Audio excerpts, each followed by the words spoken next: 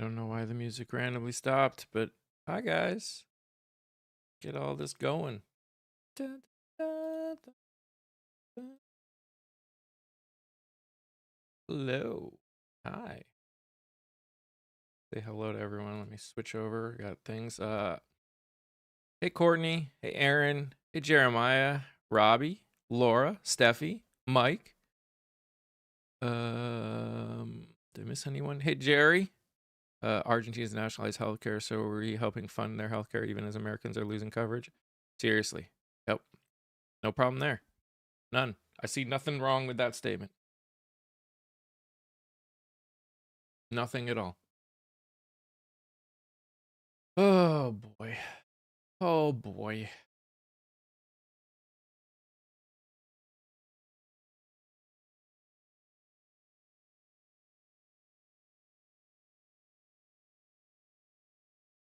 Good morning, Angel. Oh, on.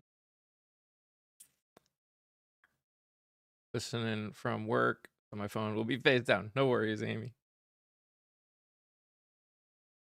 Good morning, Laura. Over on TikTok now. Mhm. Hey Kia, good morning. Yeah, I was having trouble getting live to start. That's why I was late. Annoying. That was annoying.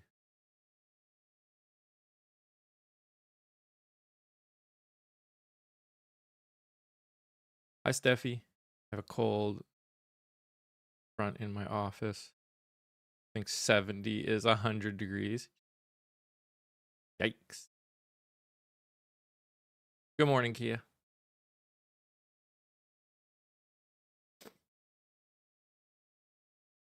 But yeah, I saw some people already watched today's episode. She is I agree with you, Mike McAvoy. She is a very smart young woman.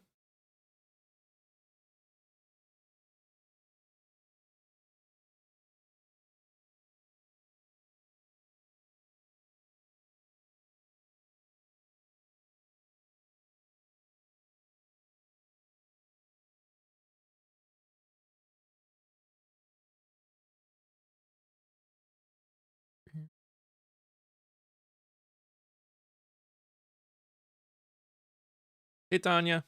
Hey, Jennifer. You're drinking coffee? Oh my gosh. What has come over this world? Hey, Courtney. Guys, if you're over on the TikTok side, please tap that nose. It pushes it out to other people. Hey, Dee Dee.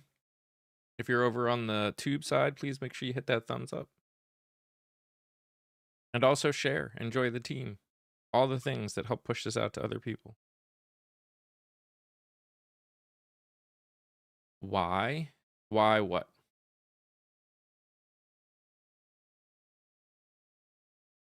Morning, Patty.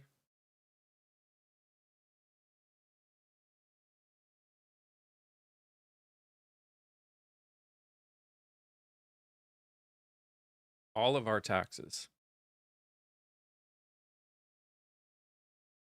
And what does that have to do with anything? Nobody's having to pay. Who said no one has to pay for them? You are. Called taxes. Just pay for it in a different way. Why should food and healthcare be a right? Because there's something that everybody needs.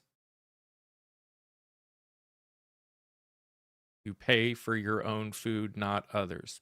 I mean, that's not true, but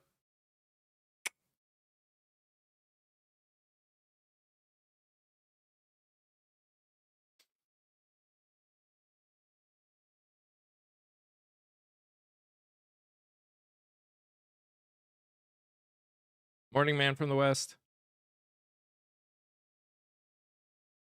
Why should we be paying for a ballroom? We shouldn't.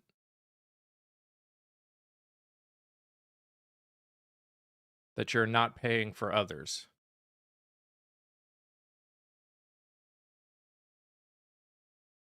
I understand that you believe it's not correct.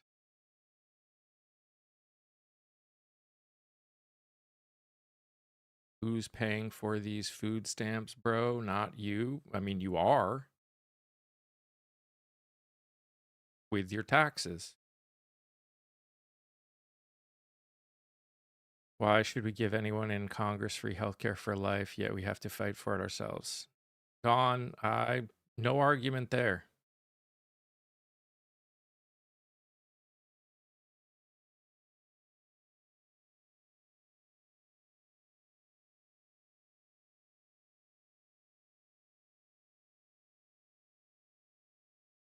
I can't believe anyone is brainwashed enough to think this is not a GOP shutdown.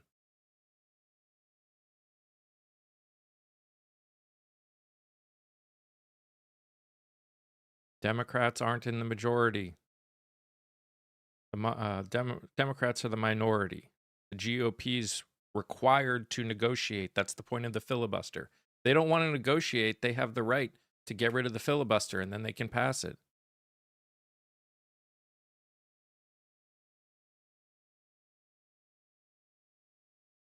We pay less for food stamps for millions than what we give Musk annually. Also true. Hey, Scott.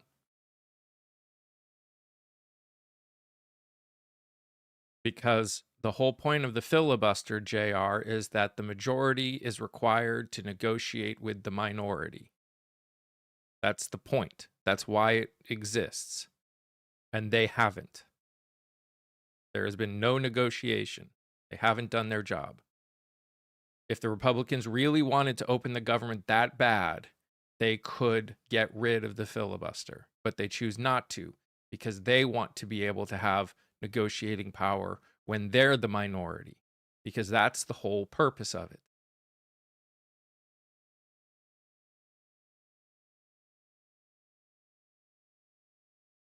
That is literally why the filibuster exists. Good morning, Cindy. Guys, if you're over on TikTok, please tap that nose and share the live and join the team. Those all help push this live out to other people.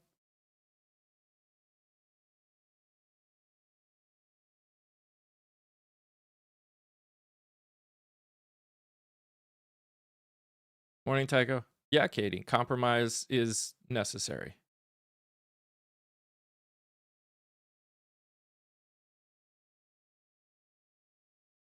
Boss just came in my office to talk about the thermostat. There are so many reasons why talking to all of you is the highlight of my workday. Oh, thanks, Steffi. You have Snap, which means you work. You're essentially paying for Snap from your own tax. Also true. A vast, vast majority of people on Snap work and work full time. Nope, it's not. It's a GOP shutdown, Eaton, but thanks for playing.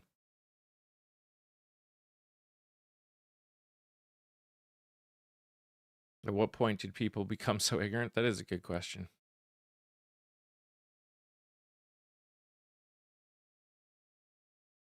It's not clean.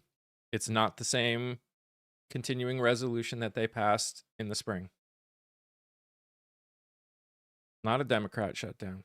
It's a GOP shutdown. The GOP are in the majority. What is different? They don't fund PBS. They're not funding USAID. Not funding a lot of other things.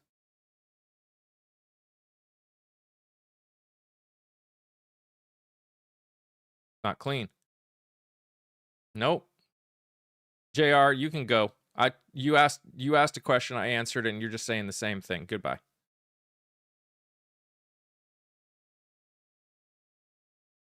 Nope, Dems aren't holding the government hostage.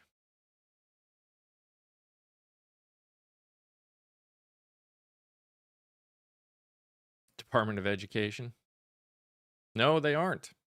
The GOP are in the majority. The GOP are required to negotiate to pass. That is the whole purpose of the filibuster. Literally, the purpose of the filibuster is to require the majority to negotiate with the minority. That is why it exists. If the Republicans really wanted to open the government, they could get rid of the filibuster and just do it with a majority.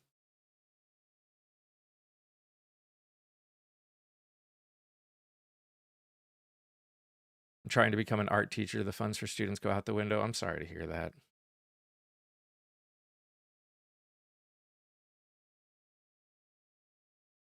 I know it's the Republicans' fault, Woody.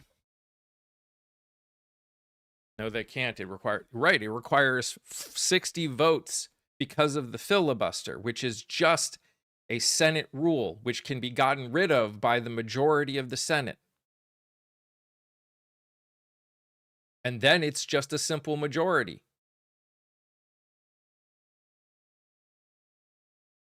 The reason the Republicans don't get rid of it is because the Republicans know that when they're the minority, that gives them some negotiating power. Majority Congress does. Of course it does. Of course it does. You think being in the majority doesn't mean anything? What are you talking about?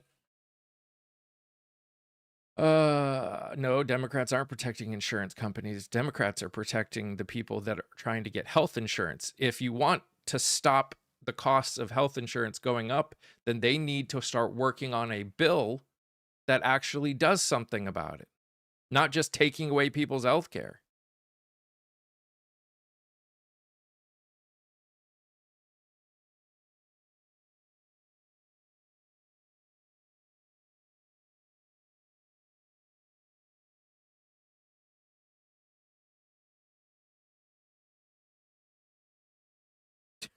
Obamacare is just, the Affordable Care Act is just a healthcare marketplace. That's all it is.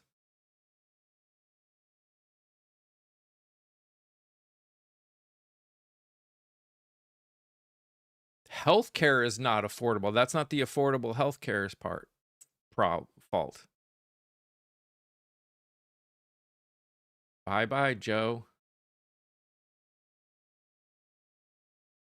It did not triple under Obamacare. And whatever up it went was not because of Obamacare. But thanks for playing.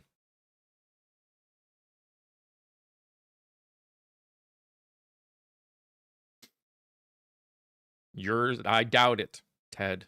I highly doubt it. No, it didn't. And you think I wasn't on healthcare then? I experienced it just like all of you. Give me a break.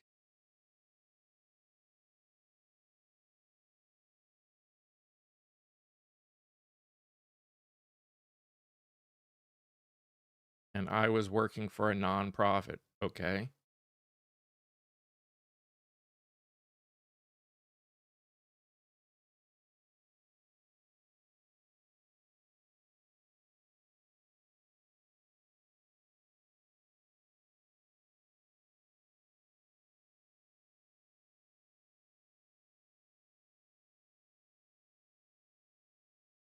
You're right, Jerry. Argentina does have nationalized healthcare.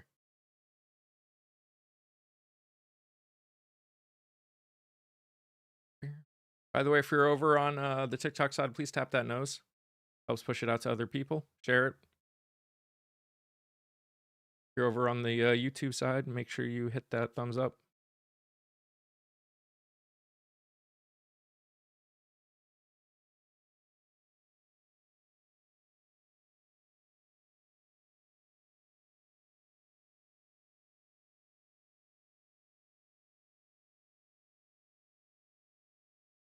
Explain why we need PBS. I never said we needed PBS. That wasn't the point. You guys never seem to be willing to understand the point. It's not clean if it's not exactly the same. And it's not exactly the same if things that were funded are no longer funded. That's how it works. You're right. We do know who's responsible for this shutdown, the GOP.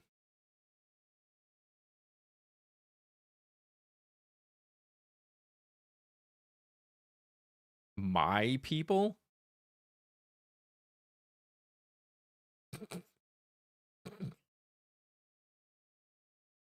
Oh my gosh. Hey, Michelangelo.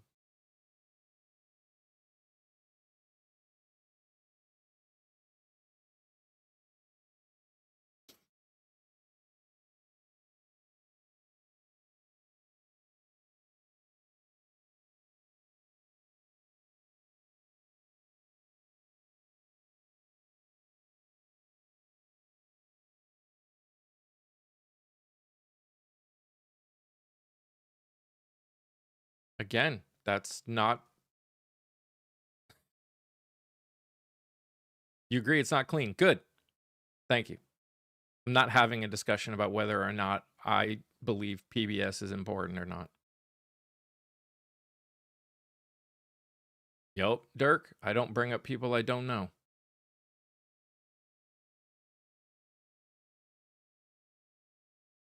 Yeah. It was not clean. Your belief that PBS is not important doesn't change that fact. Ugh. No, people are not suffering because of both parties. People are suffering currently because of one party. That does not mean people haven't suffered because of both parties at some point. But currently, we're suffering because of one.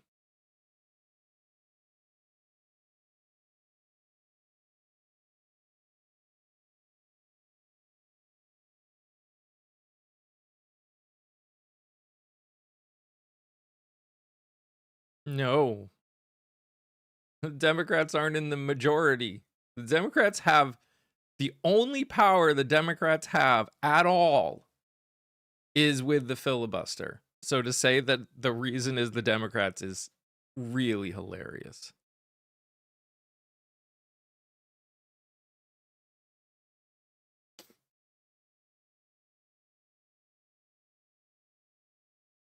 Or the GOP could do their job and negotiate, and then this could all be over.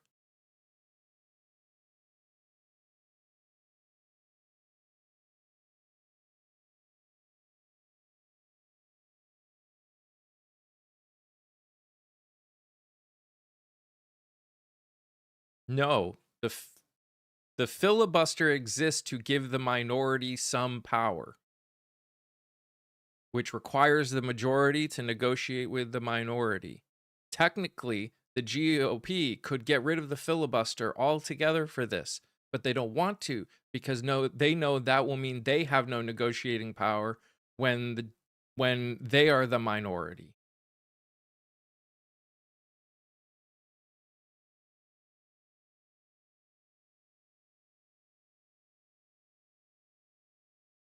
Of course, there's something to negotiate. You need Democrat votes, right? You need votes from the minority. That requires you to negotiate. It is not the same bill. It's not the same bill. Things aren't funded that were funded, so it's not the same.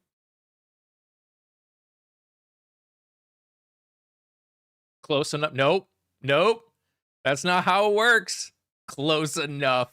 Give me a break. Close enough. Just sign it. Just sign it.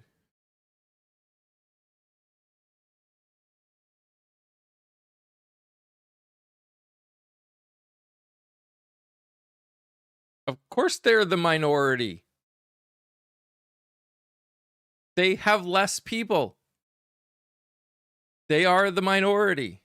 Yes, I know it's a continuing resolution. Thank you, Dean. It's still a bill. It's a bill that has to get passed.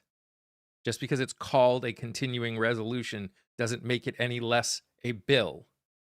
It's got a number to it that makes it a bill.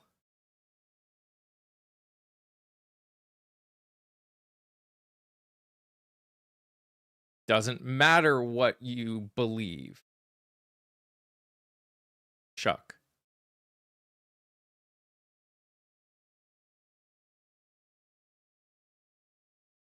The out of the last seven out of the last 7 government shutdowns, only one has been when the Republicans haven't owned the House and the Senate at the same time. Thanks, Luke.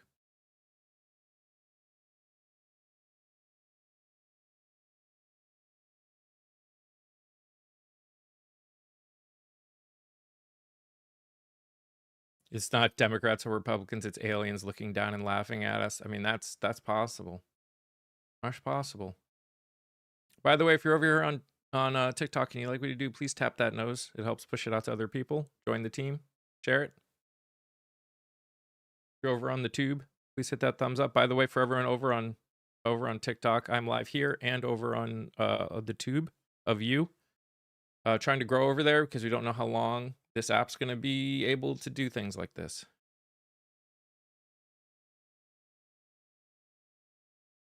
What if the GOP gets rid of the filibuster and opens the government without the... What do you mean? What if they do it? They have that ability to do it. But that'll mean when they're in the minority the next time that they won't have a say, which is why they want it, because it gives them negotiating power. Good mythical morning. Oh, hey, Mandalorian, you changed your name.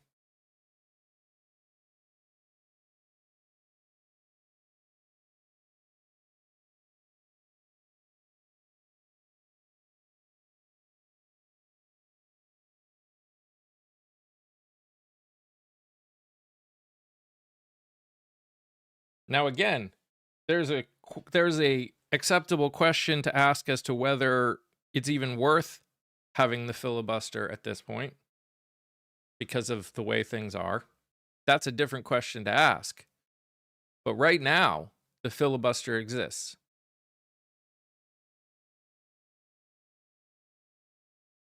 But when the Republicans were in the minority and used the Democrats negotiated to get things passed. 6 out of the last 7 shutdowns have been while the Republicans have had the majority in both the House and the Senate.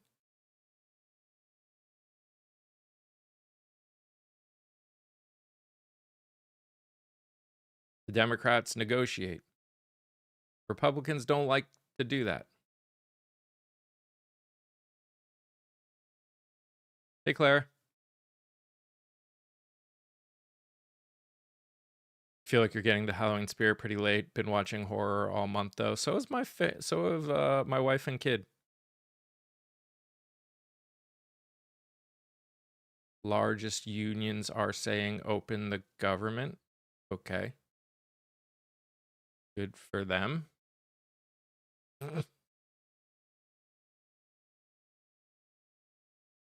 Okay. Everyone wants the government to open. Unions are Dem. Uh-huh. Okay.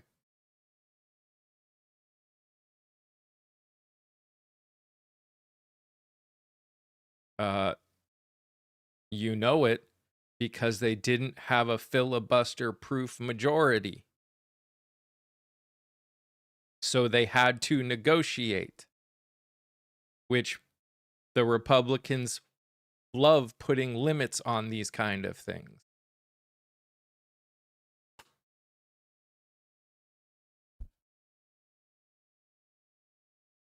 I feel like the same people are coming in and saying the same stupid things, and I keep responding with the same things, and they're not listening.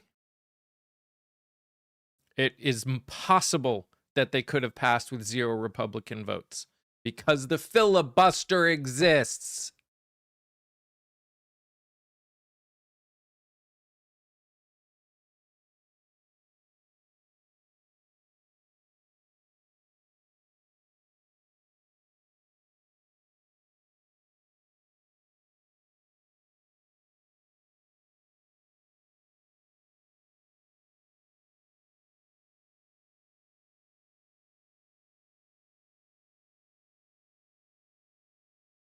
The ACA was passed, yeah, because the Democrats had a filibuster-proof majority in 2008. Or 2009, I think, technically.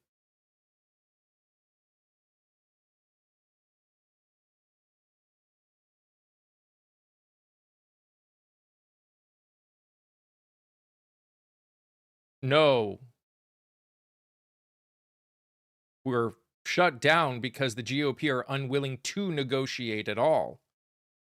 No, and not all of its subsequent subsidies because they don't have a filibuster-proof majority since then.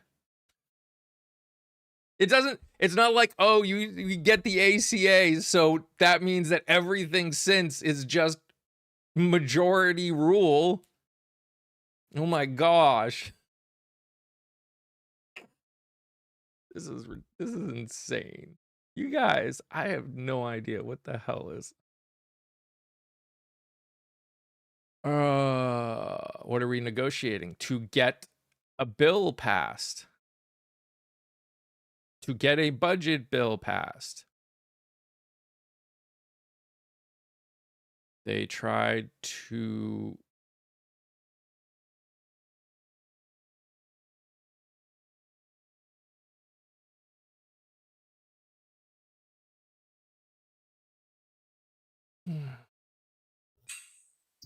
Hey. You brought me up to share the shit show, huh? Yeah, I figure if I'm going to have to deal with this, I might as well have some company. Yep. And what a shock. We're explaining the exact same things that we explained, about 7,453 times already. Folks, the way the Senate rules work is you need 60 votes to pass legislation. Therefore, unless you have a 60-seat majority in the Senate, it is incumbent that you have to negotiate with the minority party. That is the entire purpose of the filibuster. I fail to see what part of that some people in here cannot grasp. You have to have 60 votes. Now, if the Republicans had 160 votes, they wouldn't even need to ask the Democrats what time of day it is. They could have anything they wanted. But they don't. And just like when the Democrats didn't have 60 votes, they have to negotiate. They refused to negotiate. No, they should. It's as simple as that. Apple user, blah, blah, blah. They should be negotiating right now. Why does something have to pass before they can start talking? Jeez.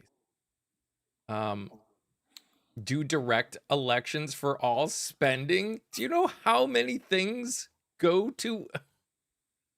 We would be literally doing nothing but voting on how to run a government. God. There's a reason we are a representative democracy. Hi, Kia. Hi, Theory. Hey, Mikey. Hey, Scott. Hey, sis. Good morning. Good morning. I have a feeling Theory's getting ready to... I want... Oh, Theory got bars. I don't. I was just coming up here because this is insane. And if the Democrats had done something like this, where they shut down the government, told everyone that it was the Republicans' fault, used government websites that we pay for to push propaganda back out at us about how it's the Republicans' fault that we shut down government, and then do whatever they want, like not negotiate with Republicans and say, we're not opening up the government at all until you give us everything that we want. Go screw yourselves. If we did that, there would be another January 6th. And by the way, Theory, using government websites to push political propaganda is a violation of the Hatch Act. Yep. Can you explain the nuclear option? At this point, is there an act that we haven't violated? Seriously. With this administration? The nuclear option, the filibuster is just a Senate rule. It's a Senate rule that requires 60 votes for in the Senate for legislation to pass. It can be gotten rid of by a majority vote in the Senate. They've done it for specific things. You used to need 60 votes for judges. You don't anymore because they got rid of it. They have the capability of getting rid of the filibuster for this. They don't want to, because when they are the minority, they want to be able to have negotiating power to get their votes, just like they need to do it. They need to negotiate now. If they wanted to pass this, without negotiations, they could. If they wanted to pass this without any negotiating at all, they could. There's a reason they aren't. That's exactly right. It only takes a majority vote in the Senate, which they have 53, so they easily have the majority. It only takes a majority vote to get rid of the filibuster any damn time they feel like. This shutdown could be ended in 5 minutes. 5 minutes from now. They get rid of the filibuster, they tell the Democrats to fuck off, and they can pass this bill. They can do it anytime they want. So why don't they? For exactly the reasons Mike just laid out. They realize that when they're in the minority, they want to have the power to have some sort of negotiation with the Democrats, who would be the majority. It works both ways.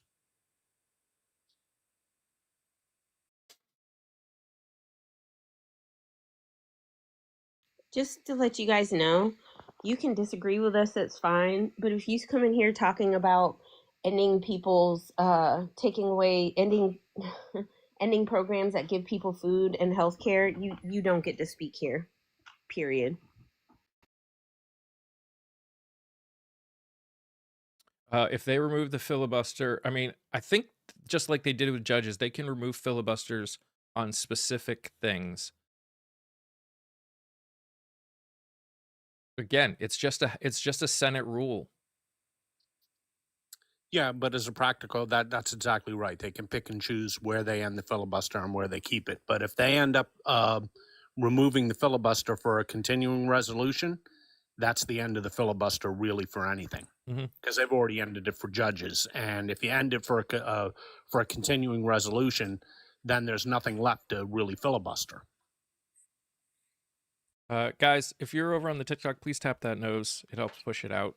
I think you can tell that a lot more people are heading over to the tube just right away, which is awesome. Yeah, we're up to 23. Awesome.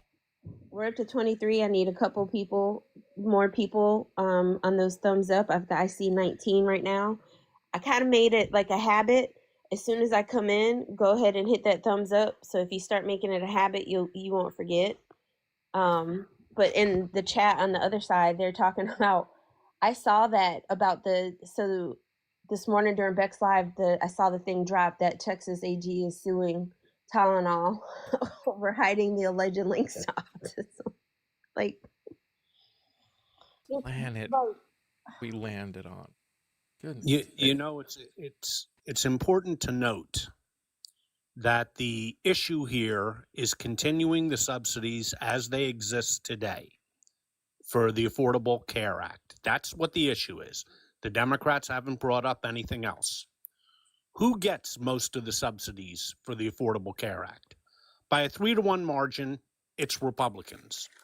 And what are the leading states that get the subsidies? And I'll list them, which I've done before, but apparently it doesn't sink in. Number 1, Florida. Number 2, Texas. Number 3, Georgia. Number 4, Utah. Number 5, South Carolina. Number 6, Mississippi. Number 7, North Carolina. Number 8, Tennessee. Number 9, Nebraska. Number 10, Louisiana. Now, what do all those states have in common? They are all red states. So if you're looking at it politically, in a way, the Democrats are fighting for the citizens who voted for Donald Trump. They're not just fighting for their own blue state people. They're fighting for everyone. And the beneficiaries of what the Democrats are trying to do by a 3-to-1 margin will be red state citizens. And I also want to point out, although it feels like we've gotten past it's like I said, it's this weird like 30-minute period where they just come in, they come in 5 minutes in, and they're here for about 25-30 minutes, and then they disappear. If you come in and you act as though I'm saying that healthcare and food are a right, please read again, because I didn't say they are a right. Just want to put that out there. I just want to throw a mod announcement real quick. I muted and unmuted a comment. While we appreciate everybody that is for human rights and have the basics and everything, we're not going to say what we're not going to do in this space is talking about ending people.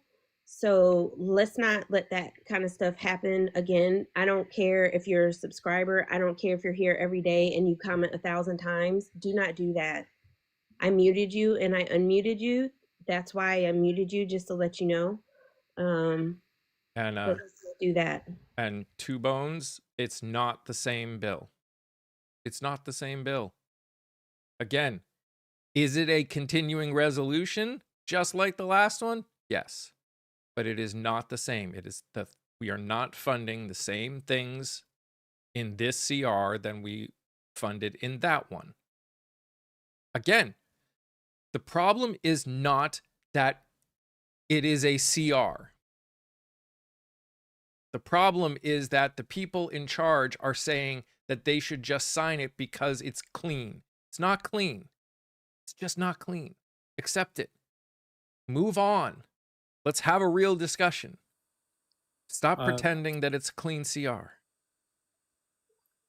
It can't be a clean CR because the CR that was passed in March was before the passage of the Big Beautiful Bill, which changed the entire legal structure of our finances in this country.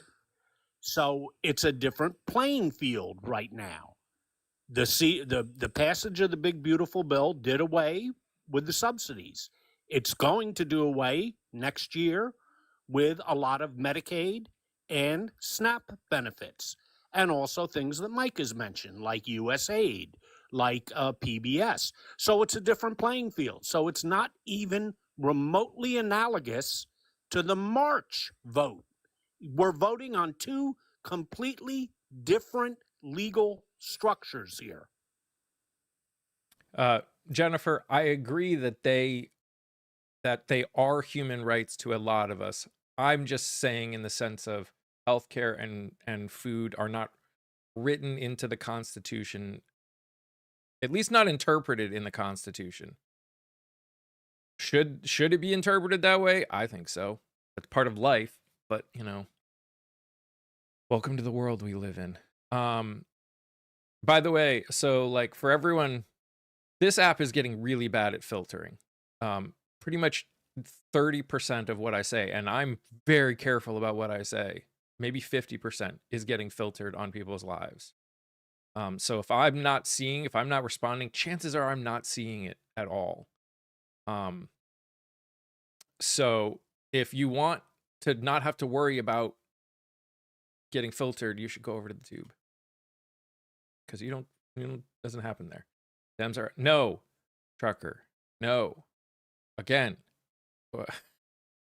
this is how negotiations work. When you go into negotiate, the one side puts forth a bill, which the Republicans did, and the Democrats said, we don't want that bill. So they put forth their ideal bill. And then the Republicans go, nope, don't want that. So then they negotiate.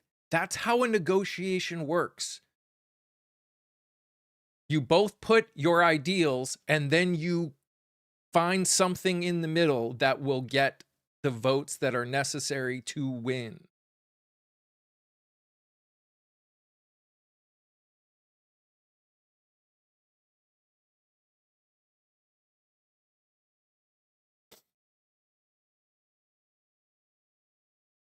Yes, and it's a 10-year figure. Because all budgets, for some reason, go in 10 years, even though it only really lasts for a year. And they can change it every year. Looks like they got more boats.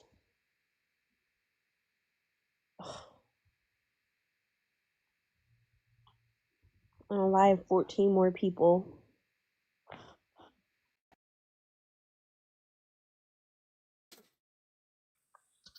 I'm sorry, I didn't know what Kia was referring to.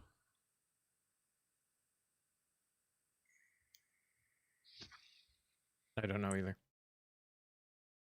Hang on, I had to go check. So 4 more alleged rug boats. They've Oh, did 4 more, unaliving 14 people. yeah. Well, This shit is getting to be fucking ridiculous. because, no new wars.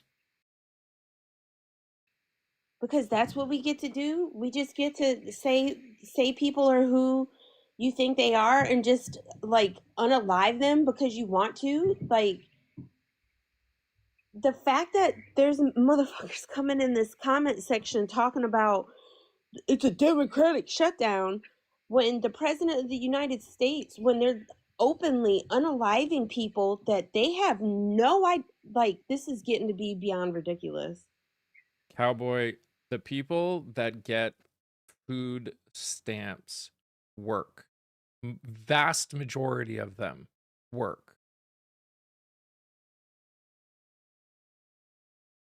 So they're in many ways they're helping pay for their own food stamps. I want to ask you a question directly, Cowboy, because I think you all get caught up in the money of it all and you don't understand economics and you don't understand how taxes work and you don't understand how we fund things with the pool of money that we contribute every year. We, as individual American citizens, end up paying $36 a year for SNAP benefits and Medicare.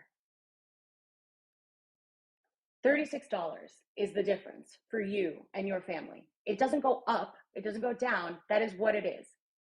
So, what you are saying is that $36 a year is worth more to you than millions of people's lives. Do you understand that that is what you say every time you ask where the money comes from?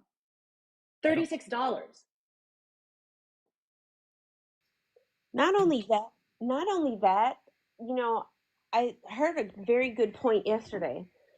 It's not just going to be the fact that people aren't able to eat. There's so many repercussions when you take people's ability to buy food. That means the grocery stores, whether it's a big chain or a local chain, they're going to lose money. You have to think about all the people that transport the food, all of those things. There's and like what Theory's saying with you don't understand. It's all part of one big thing. It's not just going to affect the fact that people are not going to be able to eat. Hang on, I gotta go. The money comes from everywhere, Cowboy. The money comes from your taxes. The money comes from grants, the government. Like, there are so many places that the money comes from. If you do not have a problem with our bloated military spending when compared to other first world countries, then you don't get to say anything about SNAP benefits unless the only point of you saying something about SNAP benefits is that you want to be violent and aggressive towards other people who cannot afford to eat. Those people keep your food costs down. Anytime that someone receives SNAP benefits, which are, they can only spend it on food, those benefits benefit you because they go to the store and they buy XYZ. And that means that demand for XYZ product stays high, which means that producers can keep producing that thing. The second they're unable to spend that money, produce goes bad, things sit on shelves, and all of a sudden your costs go up. Because now the small farmer that was making lettuce for everyone can no longer stay in business. So they sell their farmland at pennies on the dollar to a rich person. And guess what? That farm no longer works. So now you have to buy lettuce from the other guy, but because your whole market has reduced, your lettuce now costs $7 a head. Do you understand that this is an ecosystem? Well, JVS doesn't. JVS, I'd like to take a stab at answering your question. Why would the Dems do this? The Dems are doing this because they want the subsidies for the Affordable Care Act, which largely benefit red states, to remain exactly as they are today, not to be cut. The Democrats don't want to cut the subsidies, which again largely benefits people who voted for Donald Trump. So they're doing it for all Americans. In fact, they're doing it more for the other side than their own side. More They're than doing it for everyone. They feeding. want to keep the benefits exactly as they are today. Yes, JVS. They want people to have food and they want people to have health care. They were oh my gosh. Again, the subsidies were signed in 2021. In order to get them passed, they had to negotiate.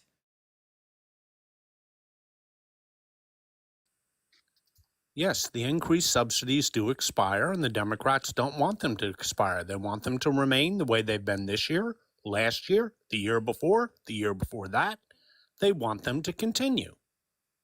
It's really a simple concept. Cowboy, stop that. And Stop that. the adults do work. Most Adults. You can Google it. You can Google percentage of SNAP recipients who have jobs. Just Google it. the last warning. Yeah, and not only that, like I was making like barely $40,000 a year with 3 kids, and I quote unquote made too much money to get food stamps. So like you sit here and you're like, and I don't think people understand either. Like you get a job, and then the first thing they do is, and even if you get a shitty job that doesn't make any money, you're barely paying your bills. They're gonna cut your food stamps. Like I don't think people understand how it works. No, they don't. They don't. They don't understand how any of this works. They don't understand how it started. They don't understand why it exists. They don't understand how it works. They just listen to the BS people. You had friggin' Mike Johnson coming up, lying literally every day for the last 27 days, and spent yesterday not even talking about doing his own work, but whining about the person who is going to become the mayor of New York City. I'm so fucking tired of Mike Johnson and his bullshit. JV, I can't help you deprogram the amount of propaganda that has created Swiss cheese holes in your brain. But I guarantee you, a government shutdown is both parties' fault and responsibility, except there is one party who has a majority power and who is refusing to negotiate. So it's not a democratic shutdown. I know that they told you this. I know that they put it on websites and you believe what you're told, but you can do research for yourself. Additionally, someone said in the chat that SNAP benefits were created to benefit the American population, yes, but they were also created to benefit farmers. And to Cowboy's earlier, adults should get jobs. 86% of households with non-disabled and working age adults that receive benefits have jobs. Trucker asked in chat, do you think that there is any fraud in the SNAP program? And the answer to that is yes, just like there's fraud in just about every government program. But that's not the issue. The issue is how much. And luckily, this community has an expert in that. It's his job to tell us how much fraud is in there. And it works out to 0.25%. It's a minuscule amount. Secondly, the person whose job it is to ferret out waste, fraud, and abuse is called an inspector general. That is that person's job. Trump has fired the inspector generals. Trump fired them. So how are you going to ferret out waste, fraud, and abuse if you fire the people whose very job it is to ferret out waste, fraud, and abuse? And again, if you think a tiny amount, if you think that one person that sells their food stamps for cash is a reason to get rid of the food stamps for the millions of people that need it and use it as it is designed, that's messed up. That is messed up. And they also don't, I don't even think they fully realize that they're just regurgitating, like vomiting out the same propaganda that's been going on since fucking Reagan. They're just saying, oh, welfare queen, welfare queen. You're basically just saying the same thing. You think that somehow people needing government assistance, which, like, what the fuck is the government for if not for assisting us? What the hell is the purpose of a government if not to assist its people? I want my bridges, I want my roads, I want my affordable schools, I want my health care. What is the government's point if not to help us? And you think that people who need food assistance are somehow cheating, that they are always cheaters, that they are always welfare queens, that they look a specific way, that they act a specific way. That is a problem that you need to unpack at your home. I ain't got time for that. And again, is anybody saying that these are all perfect exactly the way they are? Of course not. No one would be stupid enough to say that it's perfect. But you don't just get rid of things because they're not perfect. You can try and put forth new bills, new ideas that potentially do a better job at what we're trying to do, which is help protect people from starving. The same people that give a crap that they say that they care about SNAP care benefits being abused and used fraudulently have no idea how to Google tax fraud in their own state. You want to talk about fraud? Go to your government, your local government website and Google tax liens. Who is being sought after for tax evasion fraud to the tune of hundreds of billions of dollars? If you cared about fraud and people robbing our government, you should care about billionaires and millionaires who loophole the system to avoid paying what is owed to us. You don't actually give a shit about fraud. We know that you are parroting propaganda that is racist. You are parroting propaganda that is ableist. You don't actually care about fraud, because if you did, you'd make a bigger stink about even how Trump got his millions. If they cared about fraud, they might be wondering how Donald Trump doubled his net worth in 10 months. Exactly right. They don't actually care about these things. And so I'm calling it out. I know what you mean when you say you give a shit about SNAP benefits and fraud. I know that you're being racist. I know that you're being ableist. I know that you're parroting propaganda from the 50s. I also want to speak to that comment talking about my neighbor. I know people that sell them. At the end of the day, that if once those food stamps still have to be used on food, period. They can't be used to pay your bills. They can't be used for anything else. And I don't think sometimes it's really easy for people who have never been there to be real quick to talk about what desperate people do in desperate times. Mm-hmm. And I don't think that I've known people in order to keep their lights on, that they had to sell some of their food stamps because they didn't qualify for money assistance. They worked. The food stamps they got weren't all that much anyway. But when it comes time to decide, like, hey, I got to keep my lights on or a roof over my head, stop being so judgmental of what people are doing to survive. When you voted for somebody who has been found guilty of fraud, who is a convicted felon and all those other things, you don't care about the fraud if you voted for those people. So stop it. Stop going after and stop attacking poor people for the choices and decisions that they make to just survive. Stop that shit. Exactly right, Stu. What does it change about? See, this is what gets to me. It's like these people say that they care about fraud, and at the end of the day, it's $36 that they care about. Their own $36. Yep. You think that $36 is worth more to you than the lives of millions of people? Mm-hmm. That is heinous. That is not somebody I want to share a society with.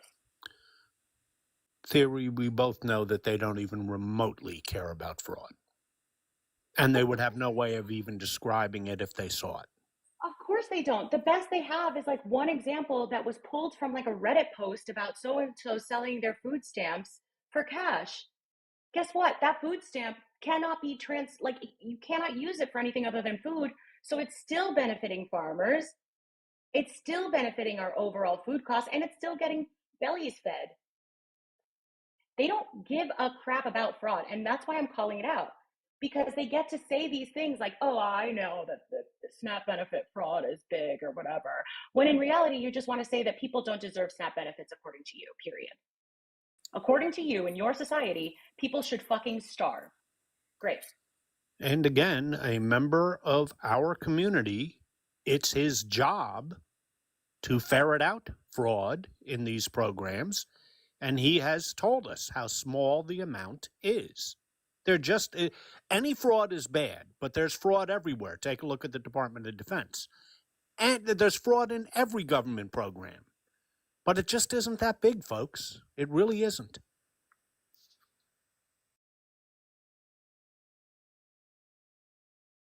Holly, if you think that the Democrats are communists, then I think the Republicans are magical unicorns Oh my god. and leprechauns. They don't even know what that He's a word communist. means. Nuh-uh. Nuh-uh. Nuh-uh. If you want to quote communism to me, quote it, Holly. Quote it in the chat. Let me understand how you understand communism. Because if you're going to talk about the Cold War rhetoric and fear of communism, hey, guess what? We're friends with Russia now, thanks to our president. Yeah, Holly, I really would like a dissertation on what you think of Karl Marx and how Lenin used his thinking in 1917 Russia. So I'm sure you know all about it. Again, if you wanna bring back the Cold War, well, I think Russia won. I think the commies fucking won because we have a president in charge right now who is besties with Putin. So, Except can't meet with him ever. well, because Putin knows Yeah. he's not that useful. Guys, just so you know, if you're new here, especially on TikTok, I go live here and I go live on the tube at the same time. We're trying to grow over there because there's going to be some changes happening and here, and we don't know how easy it's going to be. Also, I put out new episodes every Tuesday, Thursday, so a new one came out today, and you should go watch it. But you also can hang out over there, and you don't have to worry about your what you write being filtered, which happens a lot, by the way, for the weirdest things, I might add. So you should hang out over there and help get the concurrent numbers up over there, because it's a great place to be. There's lots of good people over there. And we run amok. Run amok. What's up, Leanna? Also, I want to talk about what Tabitha said in the other place. She said it's also people that have the thinking of, quote, I don't get that and I work hard so nobody else should. And that's exactly it. It's exactly right. I believe that our government has been not supporting its people very well, period. I also think that this myth that you somehow worked hard and that is the only thing that is working in your favor for what you have is a lie. And we know that because of privilege, and we know that because of economy. There are many factors that play into why you are a successful person. Your hard work is a part of that equation. It is not the only thing that has worked for you. By the way, if anyone hasn't been paying attention, if anyone decides to come in and tell you that we have an amazing negotiator in chief because of what's happening in China, based on the reports that I have seen,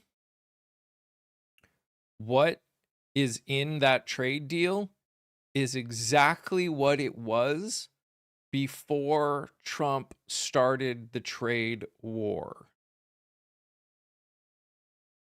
I want to be clear on that.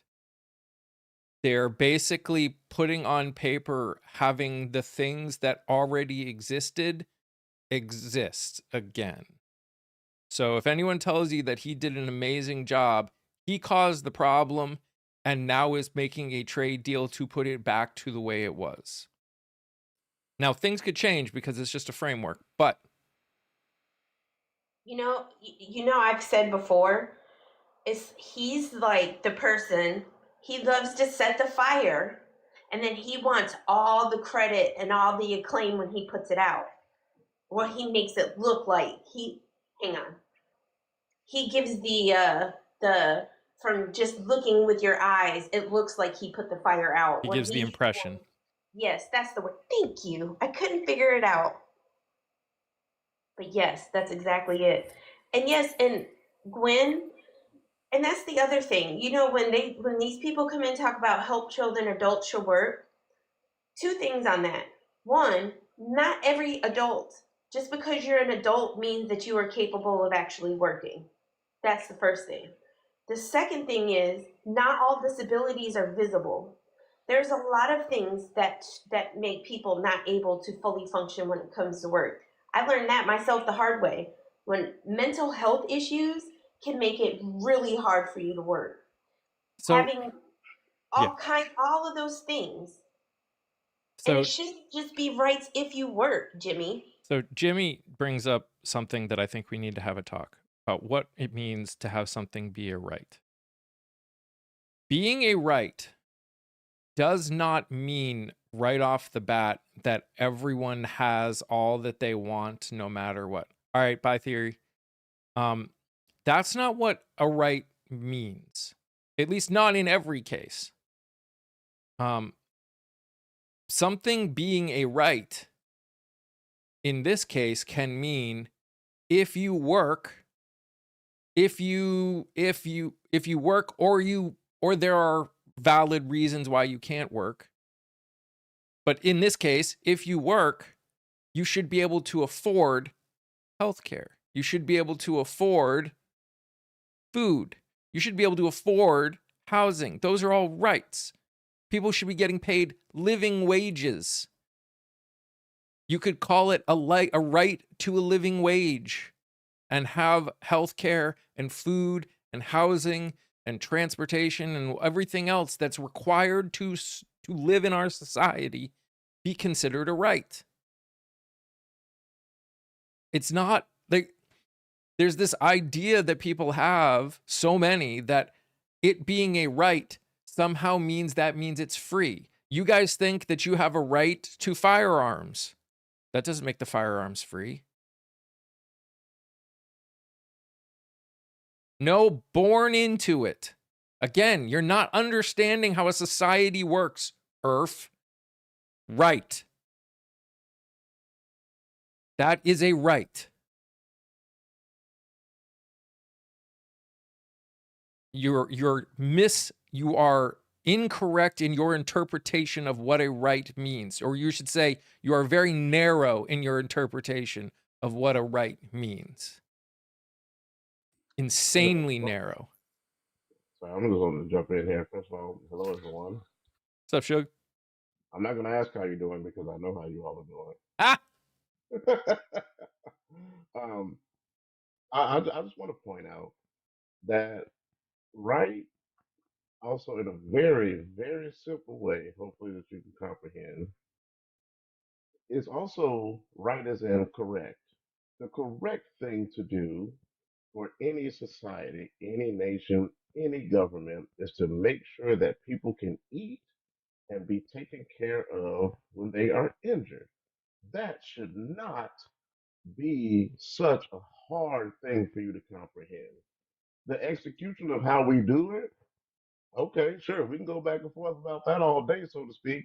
But as far as there's something being in place to do that for people, that should not be that hard for you to understand why somebody is passionate about someone eating, or why when someone is injured or ill, that they should be able to go somewhere, not have to worry about this premium, that premium. None of that should matter.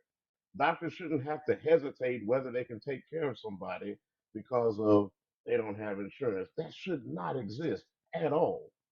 They should just be there and be able to take care of people that need to be taken care of. It doesn't matter. And guess what? Health is a great equalizer. Cancer doesn't care if you're rich or poor. It's going to affect you. But that should not be a condition upon you being able to be taken care of. That's what people are fighting against, fighting for. So knock it off with the nonsense. Please, if you're going to come in here with something that makes some sense. And trucker, in this society, with the cost of living, the cost of healthcare, the cost of food, living in its own right is above the means of a majority of this country. It doesn't matter how much you work. That's the point. Yeah, Mike, circling back to your original point about the so-called trade deal with China, I've read the exact same thing. This basically sets us back to the status quo, but there's something that we need to bear in mind here. The damage to supply chains has already been done, and that is not easily going to be fixed. A lot of our customers overseas have already moved on to other suppliers, namely in food. Our Midwestern and Western farmers are going to be devastated whether there is a deal with China or not. China already has contracts to buy soybeans from. Nope. I think you got a phone call. Sorry about that, and other countries. So he's not only gained nothing, but he's caused some permanent damage here. Mm-hmm. I just, the audacity that people have and the total lack of humanity to even say that food and healthcare is not a right is just, wow. I bet every day, but I bet every day they tell people, I'm a good person. I'm a good person. Okay. The problem, again, it goes back to how people see things. That is part of the problem. They hear the word right, and they see, for some reason, they see free. Don't know why. They hear universal health care and they think that means free health care, which it doesn't. You pay for your health care just like people pay for their health care right now. It just wouldn't cost as much. It's just people need to start, and just half the people that come in are just listening. I'm saying people overextend their finances without planning. Okay. And again, is your goal to make it so there is never an issue anywhere? Because that's never going to happen. If your goal, if the only reason that you are willing to help the people that need it, that actually need it, is if nobody gets it that you believe doesn't need it, then what's the point of a society?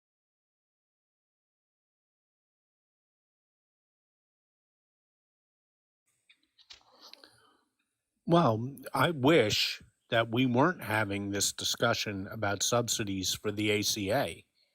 I wish we would just go to a universal healthcare system. That would eliminate a lot of problems. And as you pointed out, it would be a whole lot cheaper for us because we're eliminating the insurance companies. We're eliminating the middleman. It would be a very inexpensive way to do it. And we wouldn't be having this discussion at all. Not only that, like when you sit here and you talk about people living above their means, really? Really? Is there a reason what's our deficit at now? 40 trillion or whatever? 38. Isn't that like living above our means? Like I just think it's crazy when you say stuff like that. And Horses United Canada doesn't have free health care. They've got universal health care. All Canadians pay towards the healthcare. Just pay a tax as opposed to paying a company that's for profit. And by the way, if you want to talk about living within our means, we have a $38 trillion debt, and we just added to it in fiscal 2025 $1.5 trillion more. So we're not living within our means. We're not even close to living within our means in this country. No, and we added 1 trillion of that in a month and a half. Universal healthcare is not profitable insurance company. There wouldn't be an insurance company. That's the point. Insurance companies would be gone if we did universal healthcare. Yeah, trucker, think of it, this will be easy for you. Think of it like Medicare. That's why some people call universal health care Medicare for all. It would be run just like Medicare is run, except for everybody, as opposed to people who are 65 and older. Brits, the wait time to see a doc is not awful in a majority of cases. Obviously, if there aren't enough doctors, there can be a wait, but we're dealing with that right now in this country. Right now, because doctors are leaving like crazy. We have talked to people that live in countries with universal health care. They don't have an issue with it. I mean, again, is it perfect? No, nothing's perfect. But the wait times are not extremely bad. And honestly, if you know you need more doctors as a country to cover, then do something to get more doctors. Like, give people that sign up and get their doctorate, make it so they're not going $300,000 into debt. Help them. Make it possible for them to become doctors. That way we can get more. Many politicians would lose money. That's why the primaries matter. Because there are lots of people that are totally for universal health care. And if we vote them through in the primaries, then it doesn't matter what the other politicians want. And that's the thing, when you have all these states talking into why local elections matter, when you have all these states, these people have passed all these laws, and it's making the doctors want to leave. And you have to think about it, like, not all the time are you just going to lose your OB type, doctors. What about doctors that are married to other doctors and they leave, or the doctors, that other specialists that are in states and they see what the state is doing to healthcare and they up and choose to move? Then, like, those kind of people, they get stuck with wait times too. There's good and bad times, and the sad part is when you're sitting here like voting against like universal health care, do you not understand how much money these insurance companies are literally profiting off of being able to tell you yes and no? Do we understand that? They are profiting. They get to literally tell, after a doctor says why something's needed, somebody that has no fucking clue about it gets to say no while making shitloads of money. Be honest. You think all these rich insurance companies would stand by? What do you think they would do? What do you think they would do? Put money into advertisements for people that are pro them? Well, yeah, it would take the American people actually like paying attention and not just listening to ads on TV. It's not like a snap finger thing. No. If that's what you're asking, I know it's not a snap finger thing. Sure, they would lobby the hell out of Congress. There's no doubt about it. Hey, politicians. Well, again, it's up to American voters to show politicians that we won't accept them doing things like that. So if you find out that they're taking money from insurance companies, you say, we're going to primary you, and you primary them. And you know what will happen? They will start realizing that doing that is not good for their political career. Consequences are necessary. Exactly. If you keep voting for the politicians that are straight out telling you they're not going to vote for any kind of use of health, any kind of, if they're straight out and you have seen how they vote, you see it in their votes, not just their words, but their actions are showing that they don't give a fuck about you, and you keep voting those people in, that's on you. Because you're literally telling them, I don't care that you're going to continue to do things that are directly harmful to me and those I love and the rest of the country, but I'm still going to keep voting for you.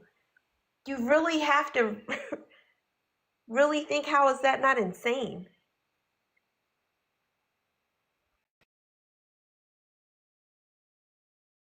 Again, is any of this easy? No, it's not. And is any of it going to happen as fast as we want it to? No, probably not. But the question is, do you want this to happen in the future? Again, there's a lot of people that come in and don't understand that some of what we talk about is a future that we want to see. And then we talk about what kind of work has to happen to get that future. It's just like when I said healthcare and food should be rights for all. That's what I want the future to look like.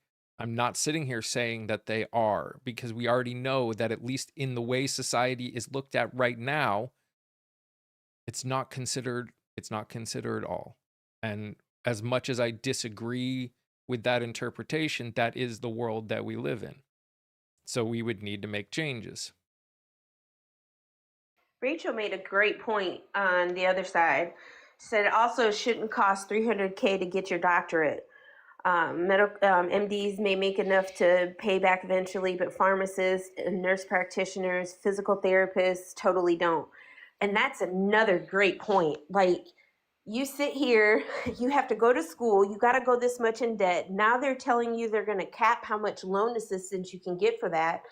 So when you literally make it harder for people to do something that's very hard in college and to go to school for, and that you put so much work, time, and energy into, when you make that unattainable to even, what do you think's going to happen? And then you're talking about specialists who you have to add more years of training onto.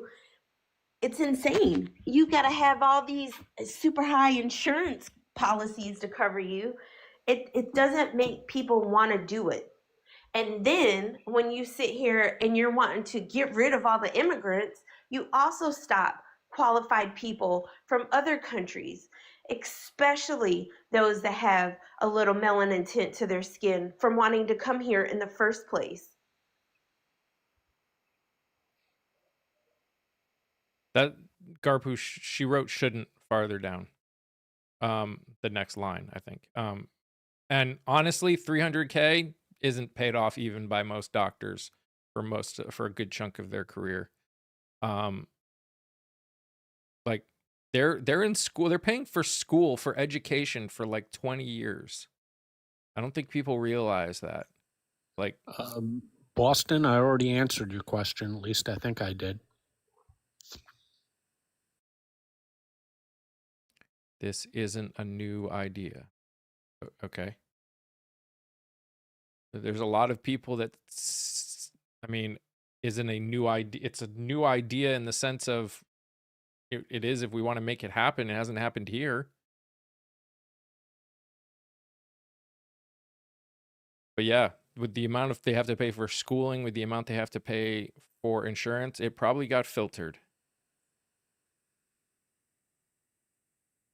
You gotta understand, guys, this app filters so much stuff that I have no control over.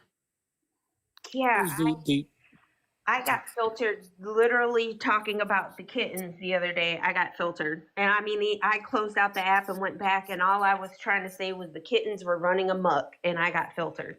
Mm-hmm.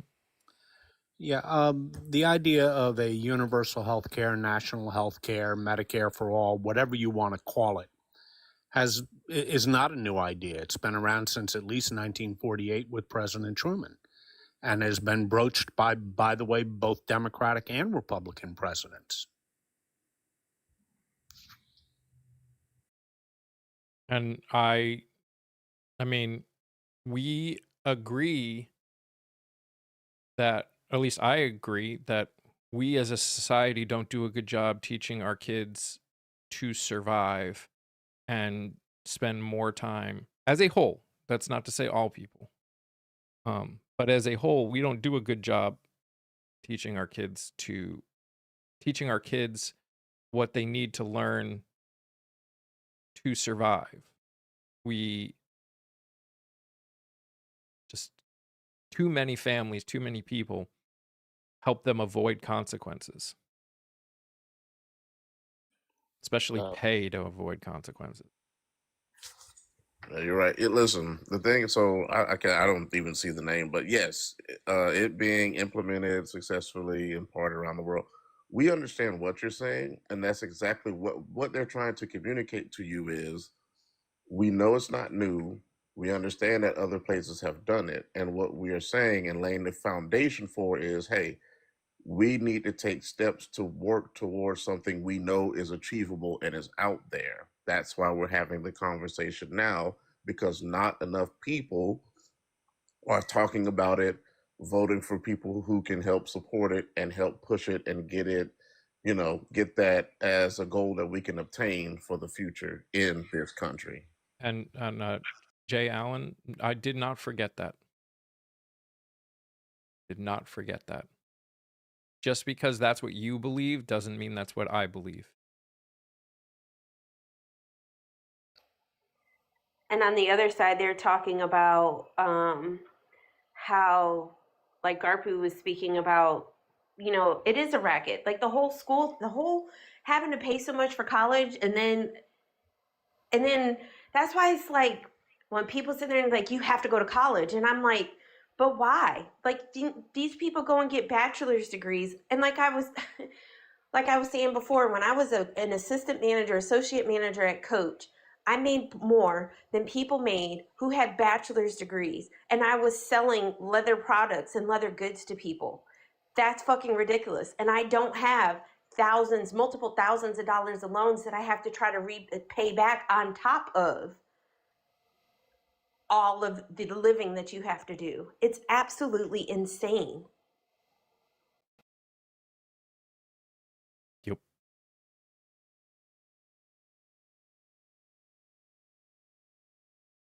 Other things they were talking about was trying to make sure we keep them included. They were talking more about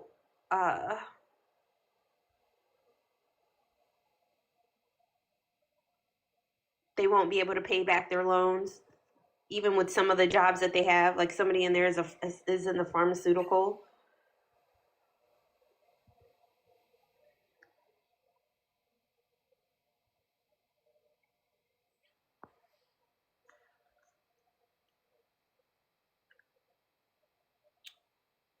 We don't boost that person in here.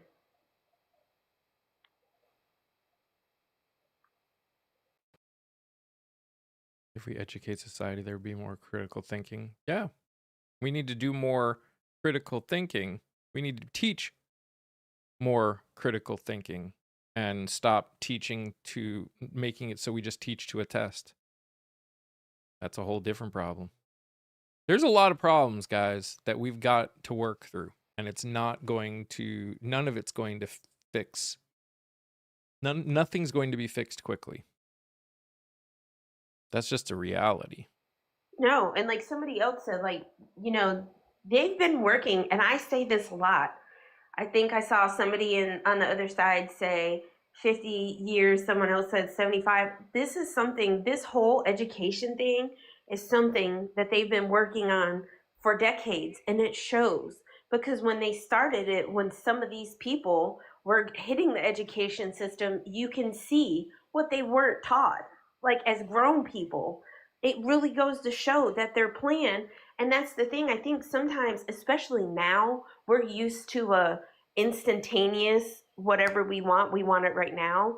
They don't think about the fact of sometimes it takes years to implement things, and we have to be patient with that, because it is going to take years to turn things around. Because like you said, there's one thing, if anything, I think we've learned of how much shit has to be fixed, how many flaws the Constitution has, because there's no accountability happening. There's a lot of shit that's broken, and people are paying attention and definitely have to fix it. If fixes don't at least start being made, we are doomed to repeat this all over again.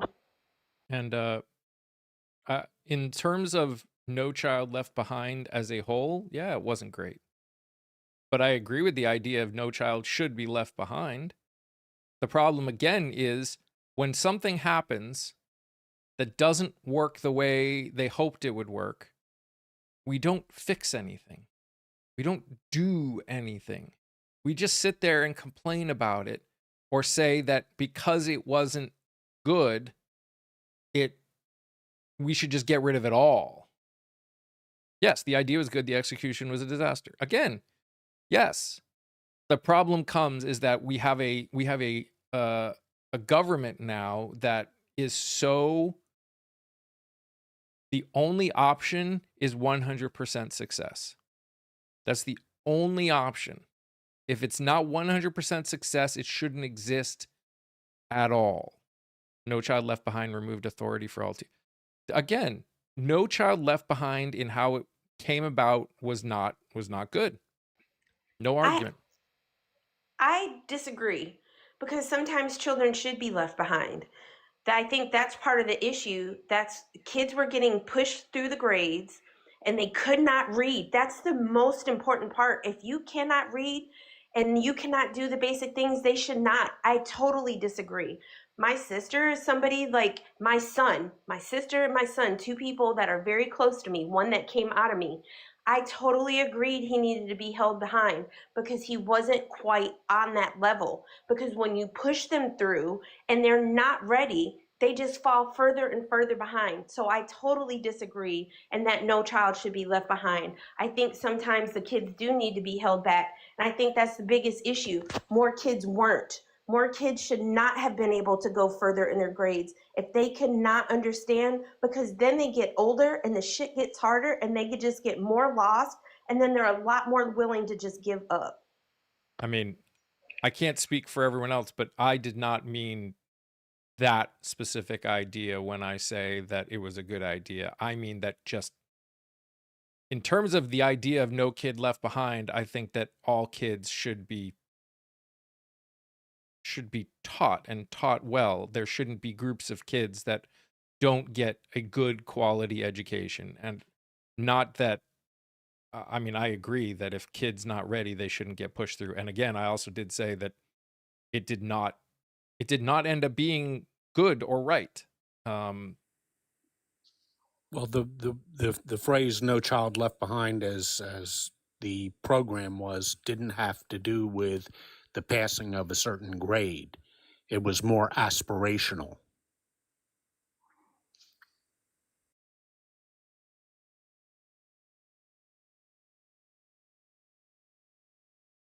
But yes, I mean, I agree, Kia, absolutely. If a kid is struggling, they should. We need to just do a better job educating as a whole. I agree with that. And I think it needs to be, schooling needs to, we have to, first of all, because that whole concept where we went to standardized testing, that shit needs to go in the trash. Because just because you can't test well does not mean that you do not know the necessary skills and or understanding of that topic. I think that definitely has, because all it is that's what's teaching memorization. It's not teaching critical thinking. That in and of itself takes critical thinking out the whole box, because if you're not supposed to critically think about the answer, you're just supposed to memorize the answers, you're not going to critically think. You're not going to be able to problem solve on the same level. Totally agree. And I'm telling you, as like a mom who had two kids that were academically gifted in school, like I was, school was not hard for me. I didn't I wasn't like a studier, but I paid attention in class. I took notes every day. I got really good grades, graduated in the top of my class. Same thing with my oldest and my youngest son. My middle son, he struggled. He was on an IEP and had a 504 plan. For people that don't know what that is, it's like he didn't test well. So when it would come time for testing, he would go to a room that had less distractions. There weren't windows. There wasn't a bunch of people. It was quiet where they could test. I think part of our education system, to make it better, we have to do more what the kids are into. Yes, at the beginning, do your basics, your reading, your writing, your math, and stuff like that. But start figuring out how do kids learn, and start and change how we're teaching stuff. A lot of kids are a lot more, if they could put their hands on it, they get a lot more engaged, they retain the information, and it makes them want to learn. Who wants to sit there for 8 to 10 hours a day listening to somebody just fucking talk all day?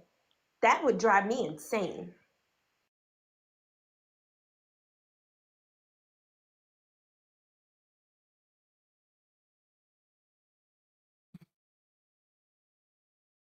I love when people come in and aren't reading the room.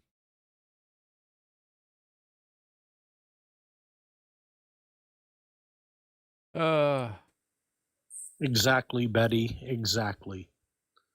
It's about reading and reading comprehension. That is where we are failing the most.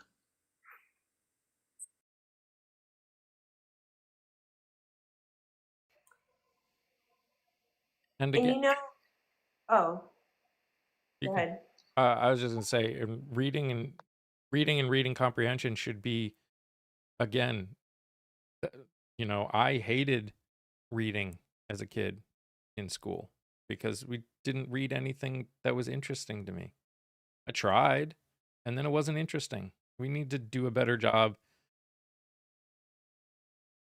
getting kids interested in learning, because once you get them interested in learning, they will do the work themselves.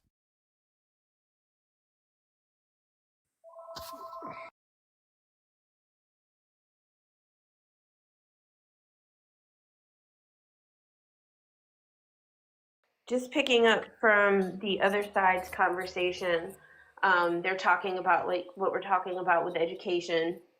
And yes, you're absolutely right. They want the people that are okay, like they keep talking about bringing back manufacturing jobs. And I don't think that people understand what that truly means. They want you to not be educated enough, not have enough critical thinking skills, not have the ability to question what they're doing, so they can literally do whatever they want to right in front of your face. And they can sit there and they tell you the sky is blue while it's thunderstorming and there's a hurricane, and you don't understand. Um, the other thing, like they were talking about, like Clara said, not all kids want to go to college or trade school, and that's important too.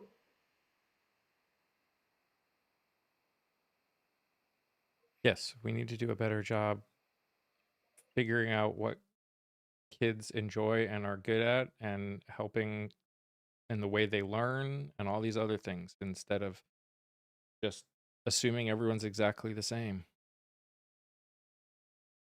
Manufacturing, of course, manufacturing isn't wrong. Of course, manufacturing isn't wrong. No one said it is. We need people that do trade work. We need people that do a lot of things. My problem as a whole is that we as a society don't treat all jobs equally. All jobs that help support society should be paid and treated with the same level of respect and dignity. You're a person that puts food on a shelf to make it possible for me to buy food. That should be paid and treated paid a living wage, and should be treated with the same level of respect and dignity. Some people, that's just what they like to do. They like to move, they like to be on their feet, they like to use their hands, they like to talk to people, which you do a lot in a grocery store.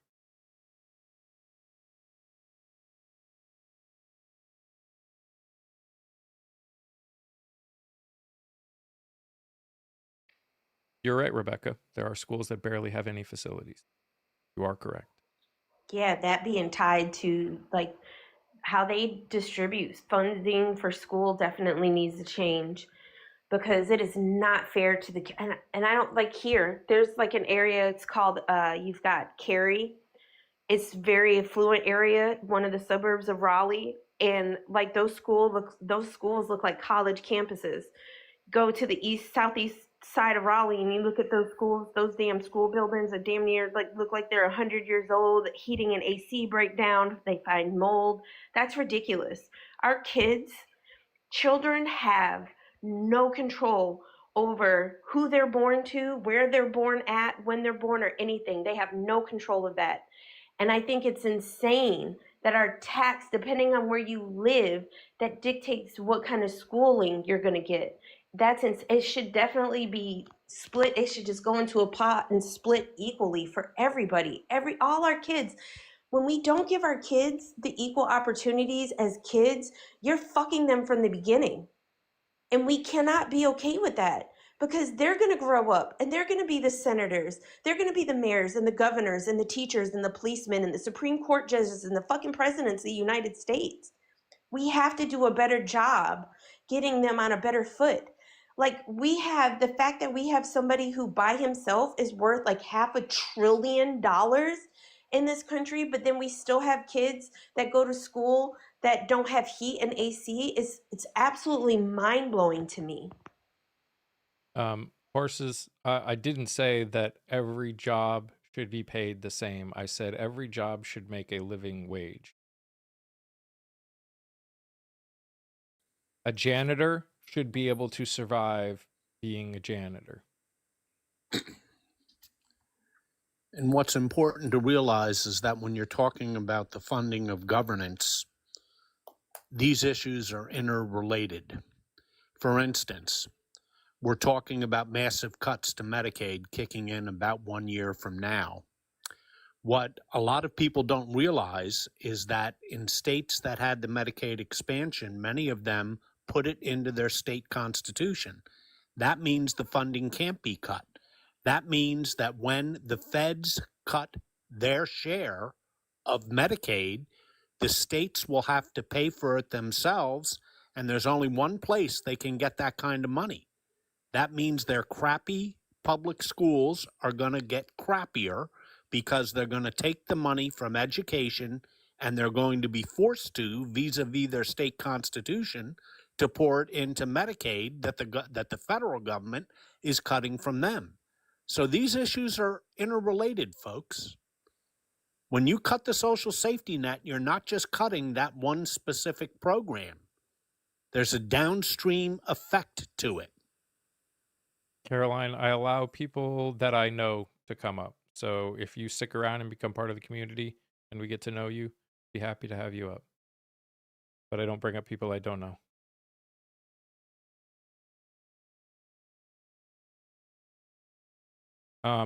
Still hard? It's not hard. We've got to get out of this broken capitalist system that we're living in, where the top 10% of the country has as much wealth as the rest of the country combined. There was a lot of social unrest during the Gilded Age from the 1880s through the 1920s. And that was because wealth was so concentrated in the upper reaches of society.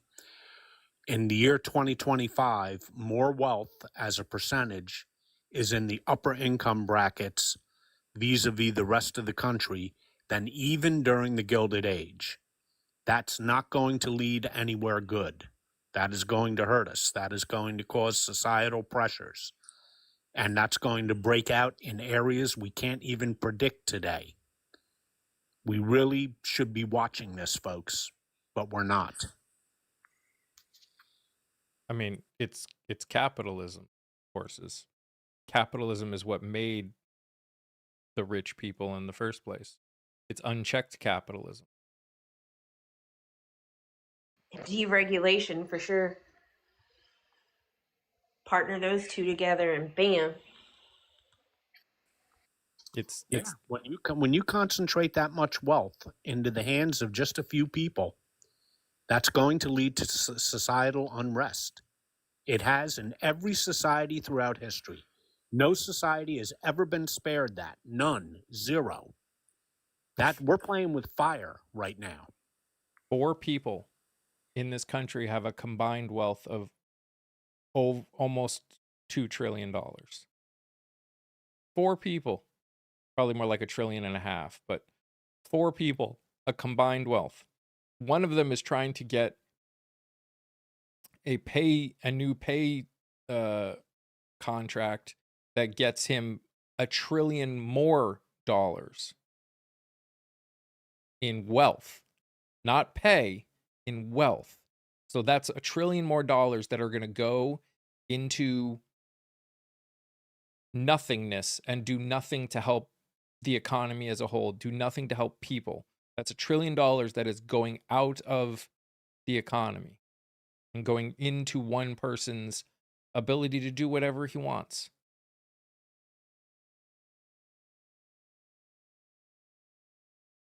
You go past those 4 people and there's trillions of more dollars that are in wealth just sitting there that aren't getting spent, that aren't getting used. They aren't going back to the people. They're just sitting there.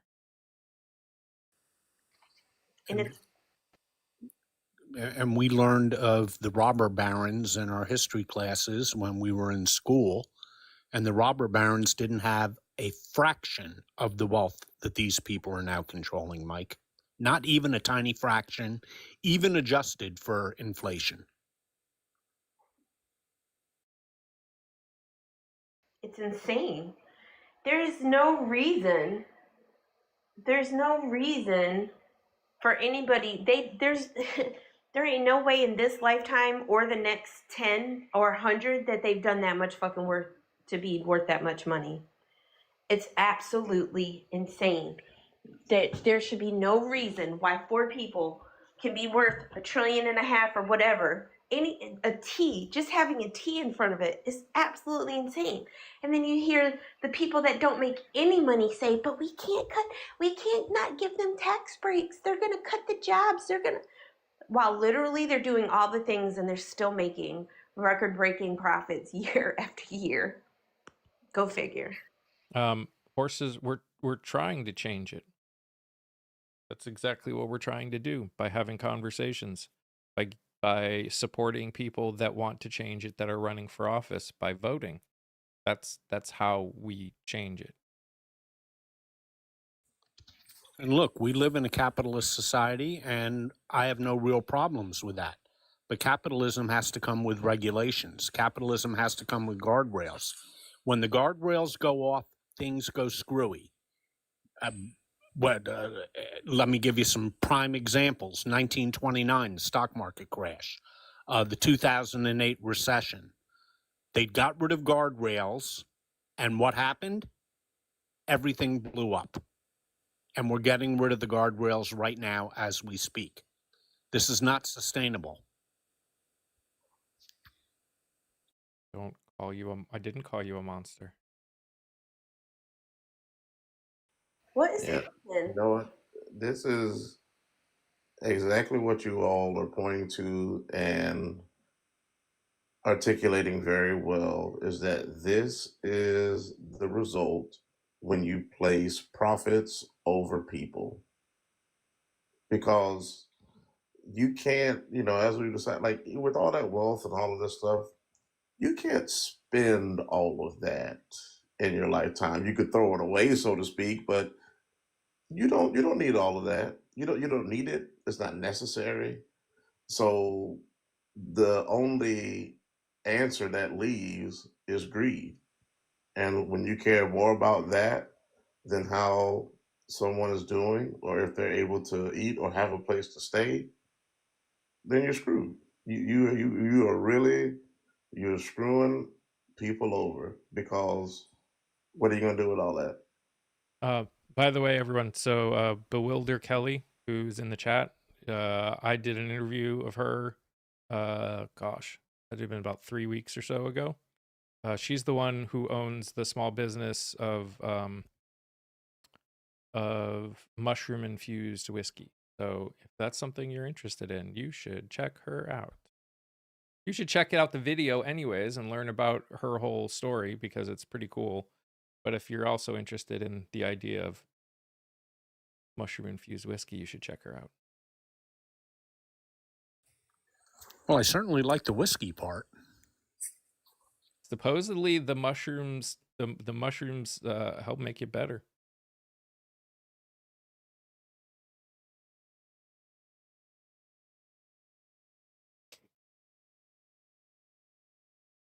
I tried to get her to send me a free bottle, but you know, she's a small business, so I wasn't going to just kidding.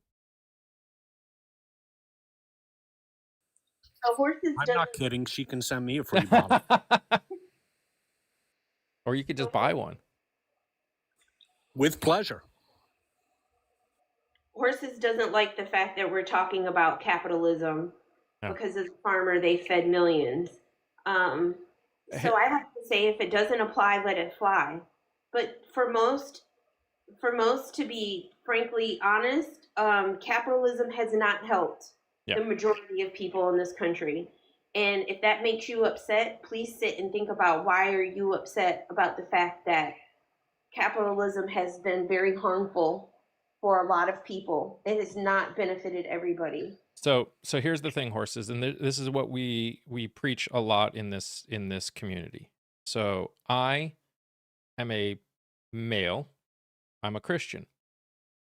I am constantly saying that it's all Christians till it's no Christians. It's all men till it's no men.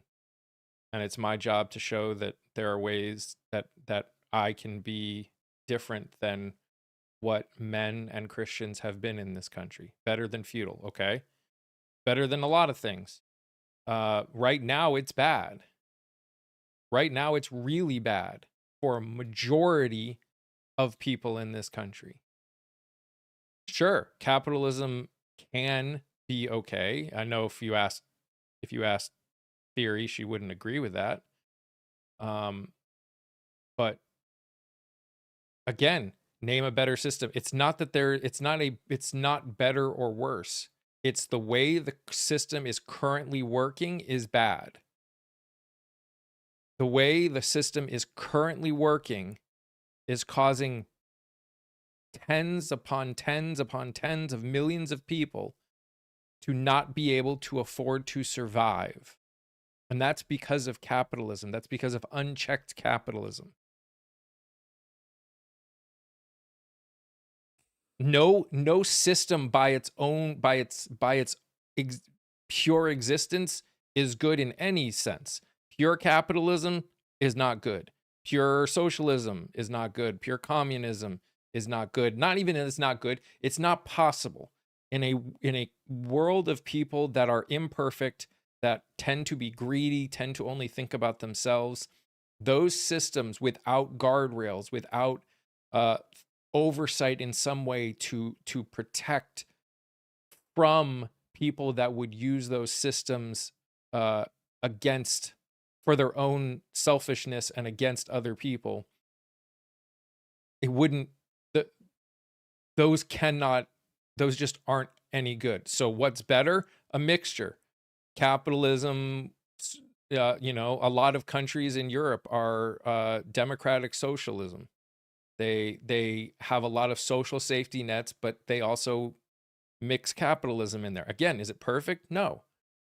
But you need stuff like social safety nets, and the social safety nets or the guardrails on capitalism have been slowly taken away in our society. Like, was it perfect before? No. But there were things in place that protected the people at the bottom, which is who capitalism tends to hurt the most. There were guardrails to protect them, and they have been taken away by the wealthy in this society because many people at the bottom. You're Canadian. Oh, okay.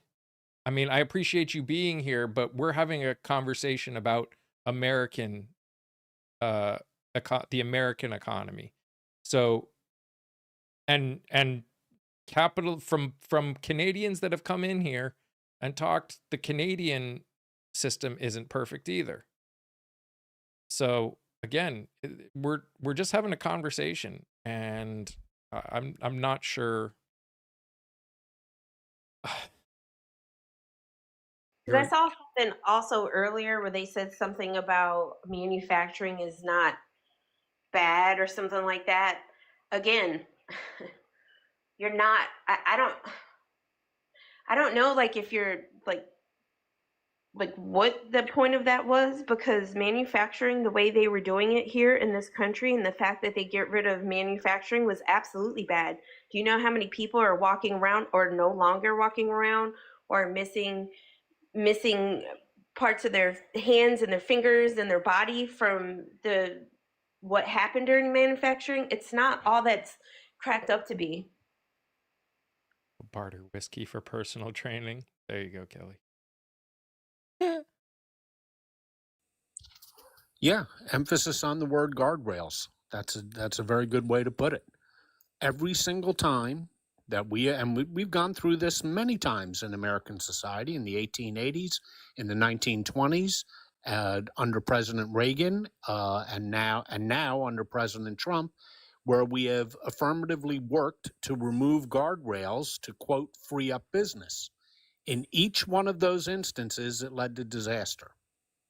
So history repeats itself only if we let it. And AJ, they can use the nuclear option. They don't want to, because they know as well as we do here that the reason the filibuster exists and the reason they haven't done the nuclear option for things like budgets is because it gives the minority some negotiating power. Not a ton, because they only need few, but it gives them some. And Republicans know that when they're in the minority, it gives them some power. So they don't want to get rid of it. That's why they're doing what they're doing instead of doing the nuclear option. They just don't want to. Never get rid of the filibuster.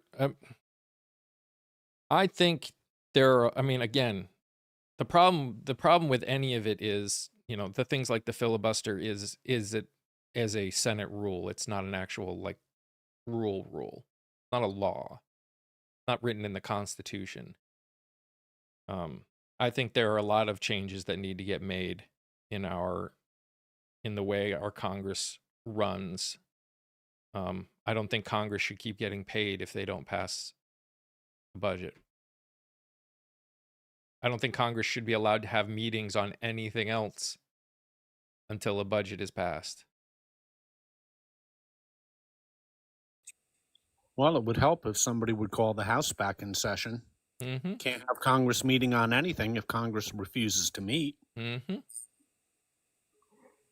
And of course, you can't have a Congress if a person who is elected from the 7th District of Arizona is barred from serving.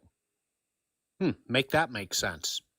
Because the excuse that the speaker is using is bullshit. The Congress does not have to be in session for him to swear her in. No.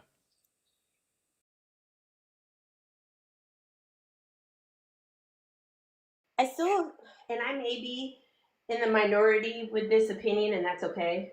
But I still think when it comes to the paying with the shutdown part, I agree to a certain extent.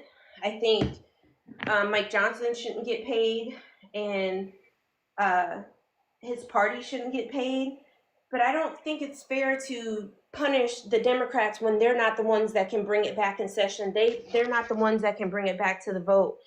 So I don't think it's fair for the Dems to be punished for that when they're not the ones that can make that decision or that call. So, in the grand scheme of things, for something like that to exist, most likely would have to be in the Constitution.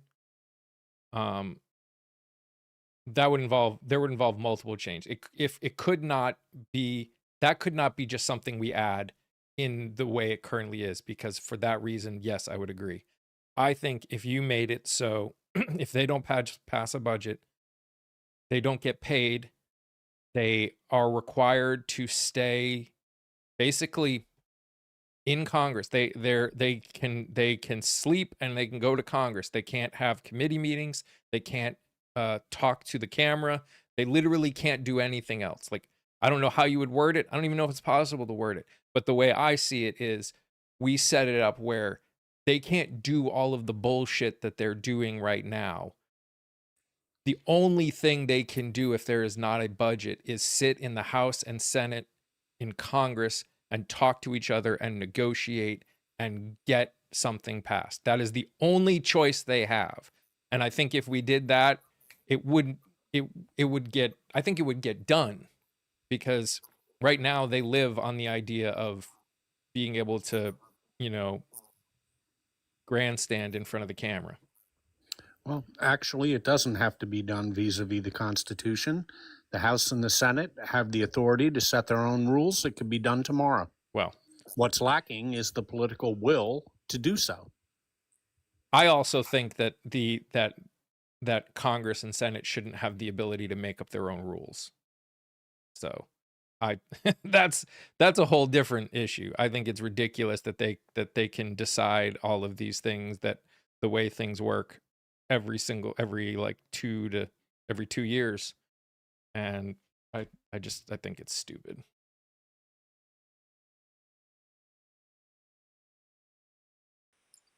Okay, so I want to ask this question. If they, so I understand what you're saying, like of having that, some say, and but if I guess I'm trying to think of how to word this correctly. All right, I guess I'll just do it and say, okay, so let's say that they go ahead and just forget the filibuster. They just go ahead and just do it with the majority or whatever. What are, I guess, what is the, not like, what would be the execution / result of what they do if they go ahead and do it and say, forget the filibuster, we're just gonna It means go? everything gets passed by a simple majority now, Okay, Yeah, unless it is constitutionally required to be more. I see. Okay. Yeah, Papa, they can end the filibuster tomorrow. It's the filibuster is a Senate rule, and it can be ended by a majority vote in the Senate, and the Republicans have the majority. They could end it tomorrow if they want to, in which case they could pass the continuing resolution with no Democratic votes whatsoever. But for reasons that Mike has already outlined, it's impractical because they realize the day will come when they're in the minority and they want the protections of the filibuster, which protects the right of the minority. I understood. Okay. Wow. So all so effectively they're not willing to negotiate because of the cat and mouse of being in the minority one day. So they're not willing. So there's a few things going on. And again, Yeah, can please we let me know. guarantee that all of them are 100% true? No, but based on some things that are happening, it seems pretty obvious that there's a few things at play here. One, Sure. the Republicans don't want to release the files. That's why they're keeping it closed. That's why I believe was one of the big reasons that the Speaker of the House is keeping the House closed still.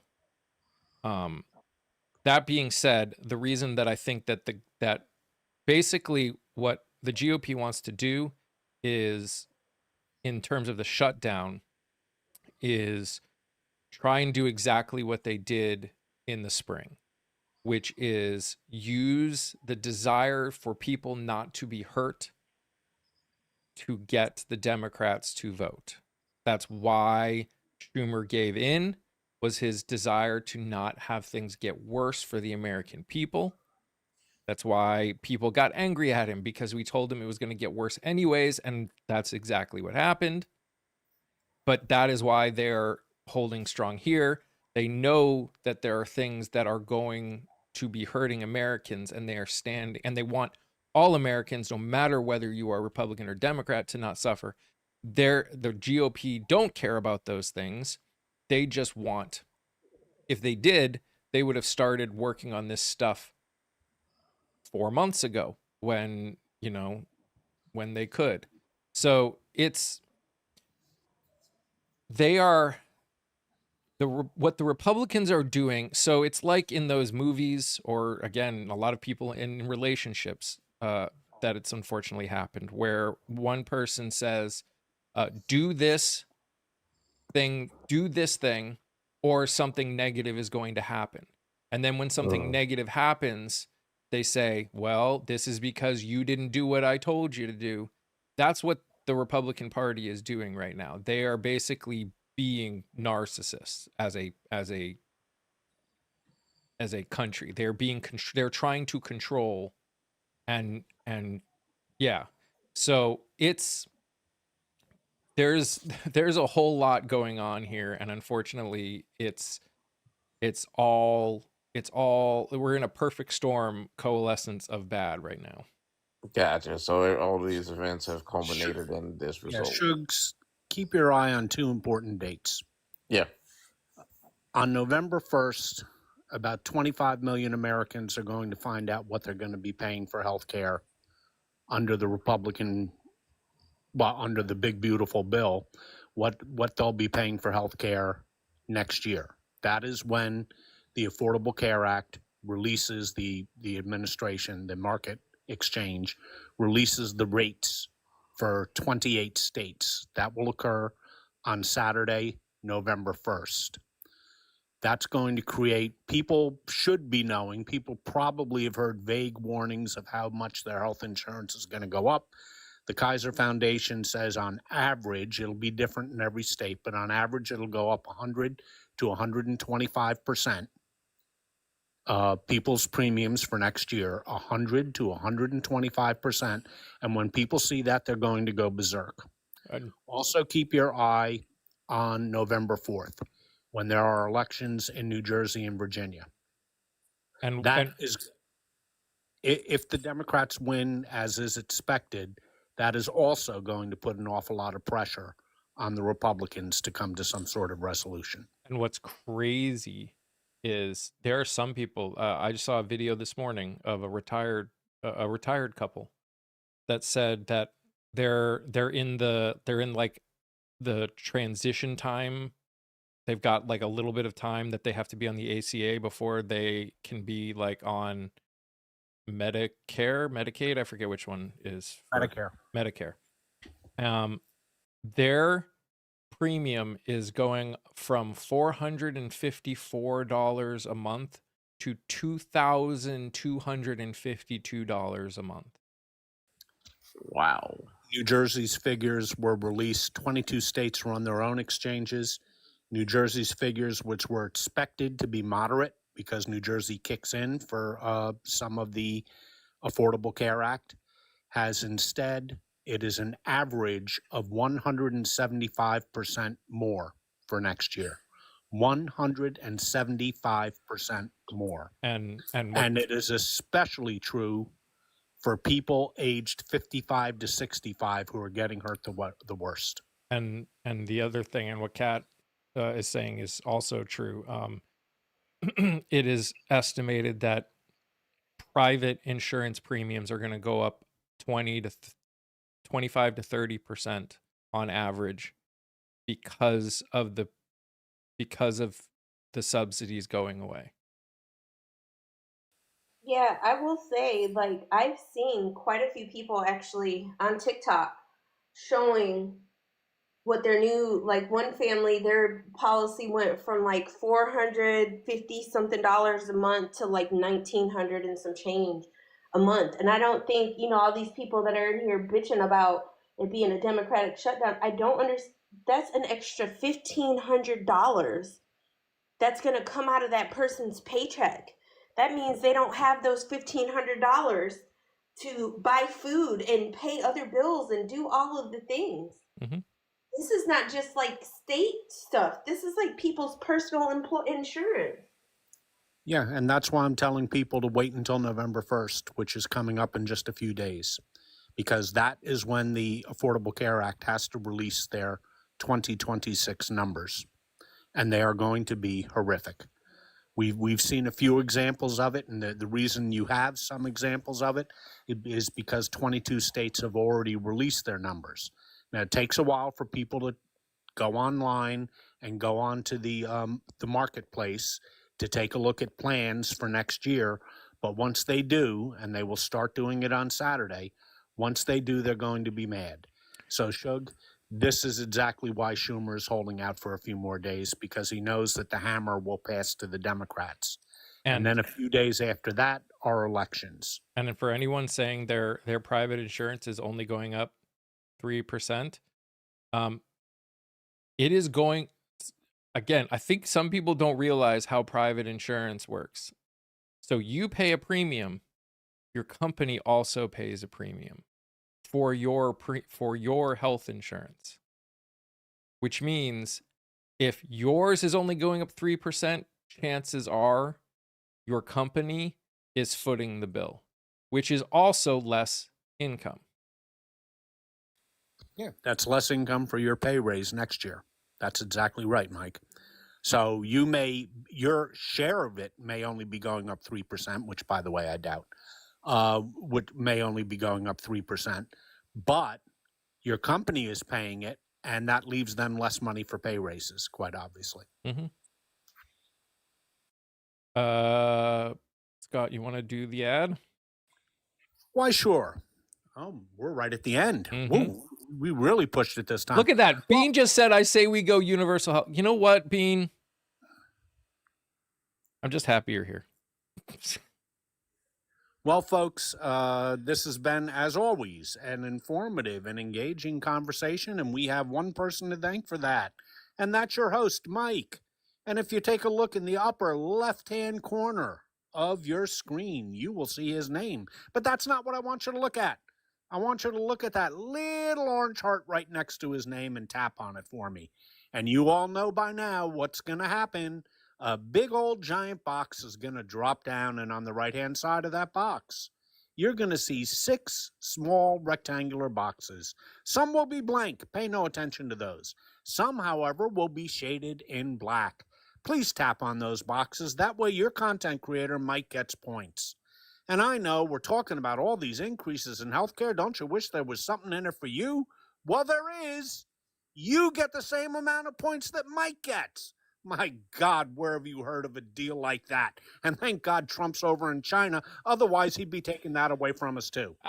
Okay, so you get those points, too. And while you're at it, we've talked an awful lot about it. Please check out the Tube of You. And there's 2 basic reasons for this. First and foremost is the content, of course. Mike interviews very interesting people, and he's pretty darn interesting himself. They have informative and evocative conversations that I guarantee you will find entertaining and educational. Guaranteed. And if you haven't tried one, just try one of them. Just try one. I guarantee you'll be back for more.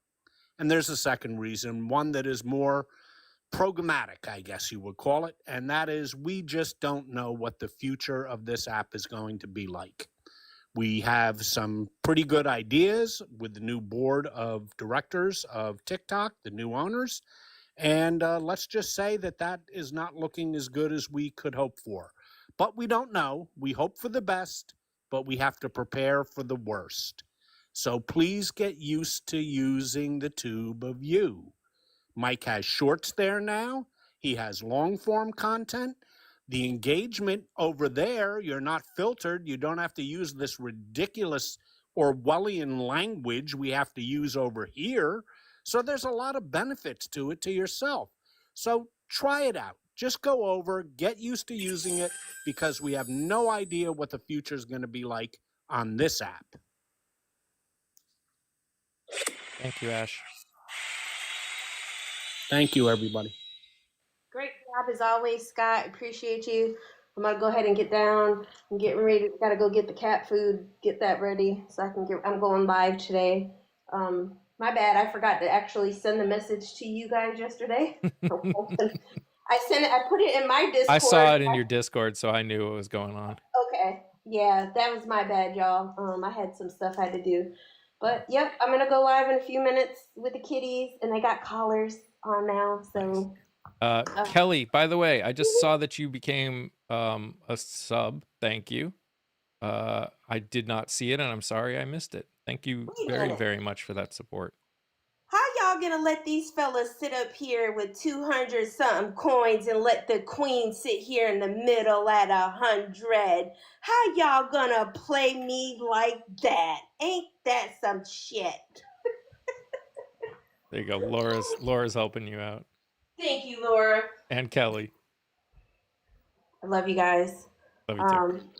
I'll see some of you guys in a few minutes, and the rest of you I'll see tomorrow.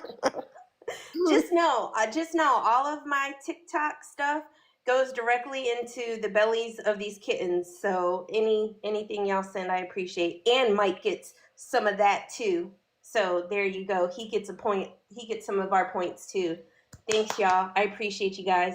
See some of you in a minute. Kick me, please. Bye. Bye. All right, guys. Before we head out, just the last thing. So a new episode did come out today. We interviewed a young lady who is running for a seat in Iowa. You know, for this, it's really. I think if nothing else, it gives you you should watch it, not just to support me, but it gives some real hope for the future, because this is a young 21-year-old woman who is smart and really understands her community, and you're seeing a lot more of that. So anything we can do to push this kind of these people and help them get more visibility is something we really need to do. Thank you for the likes, the shares, the gifts, and the subs. You guys are amazing. Thank you for all the thumbs up over on the tube. Any help you can do watching over there and sharing over there. If you sharing that content over there is so helpful.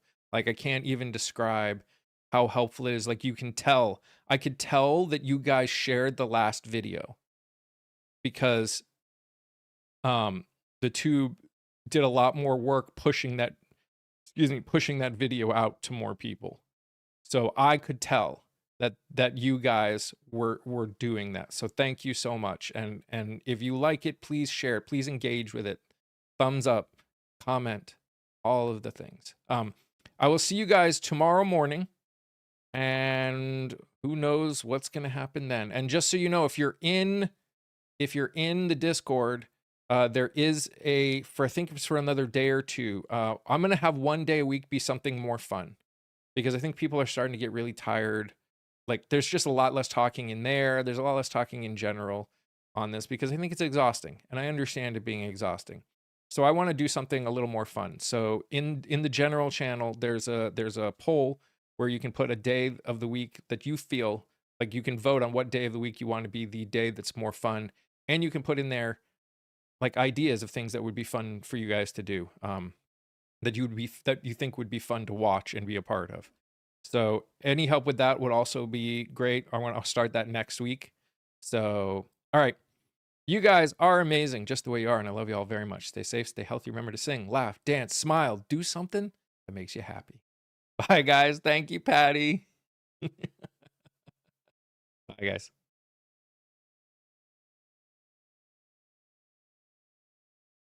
Goodbye, YouTube.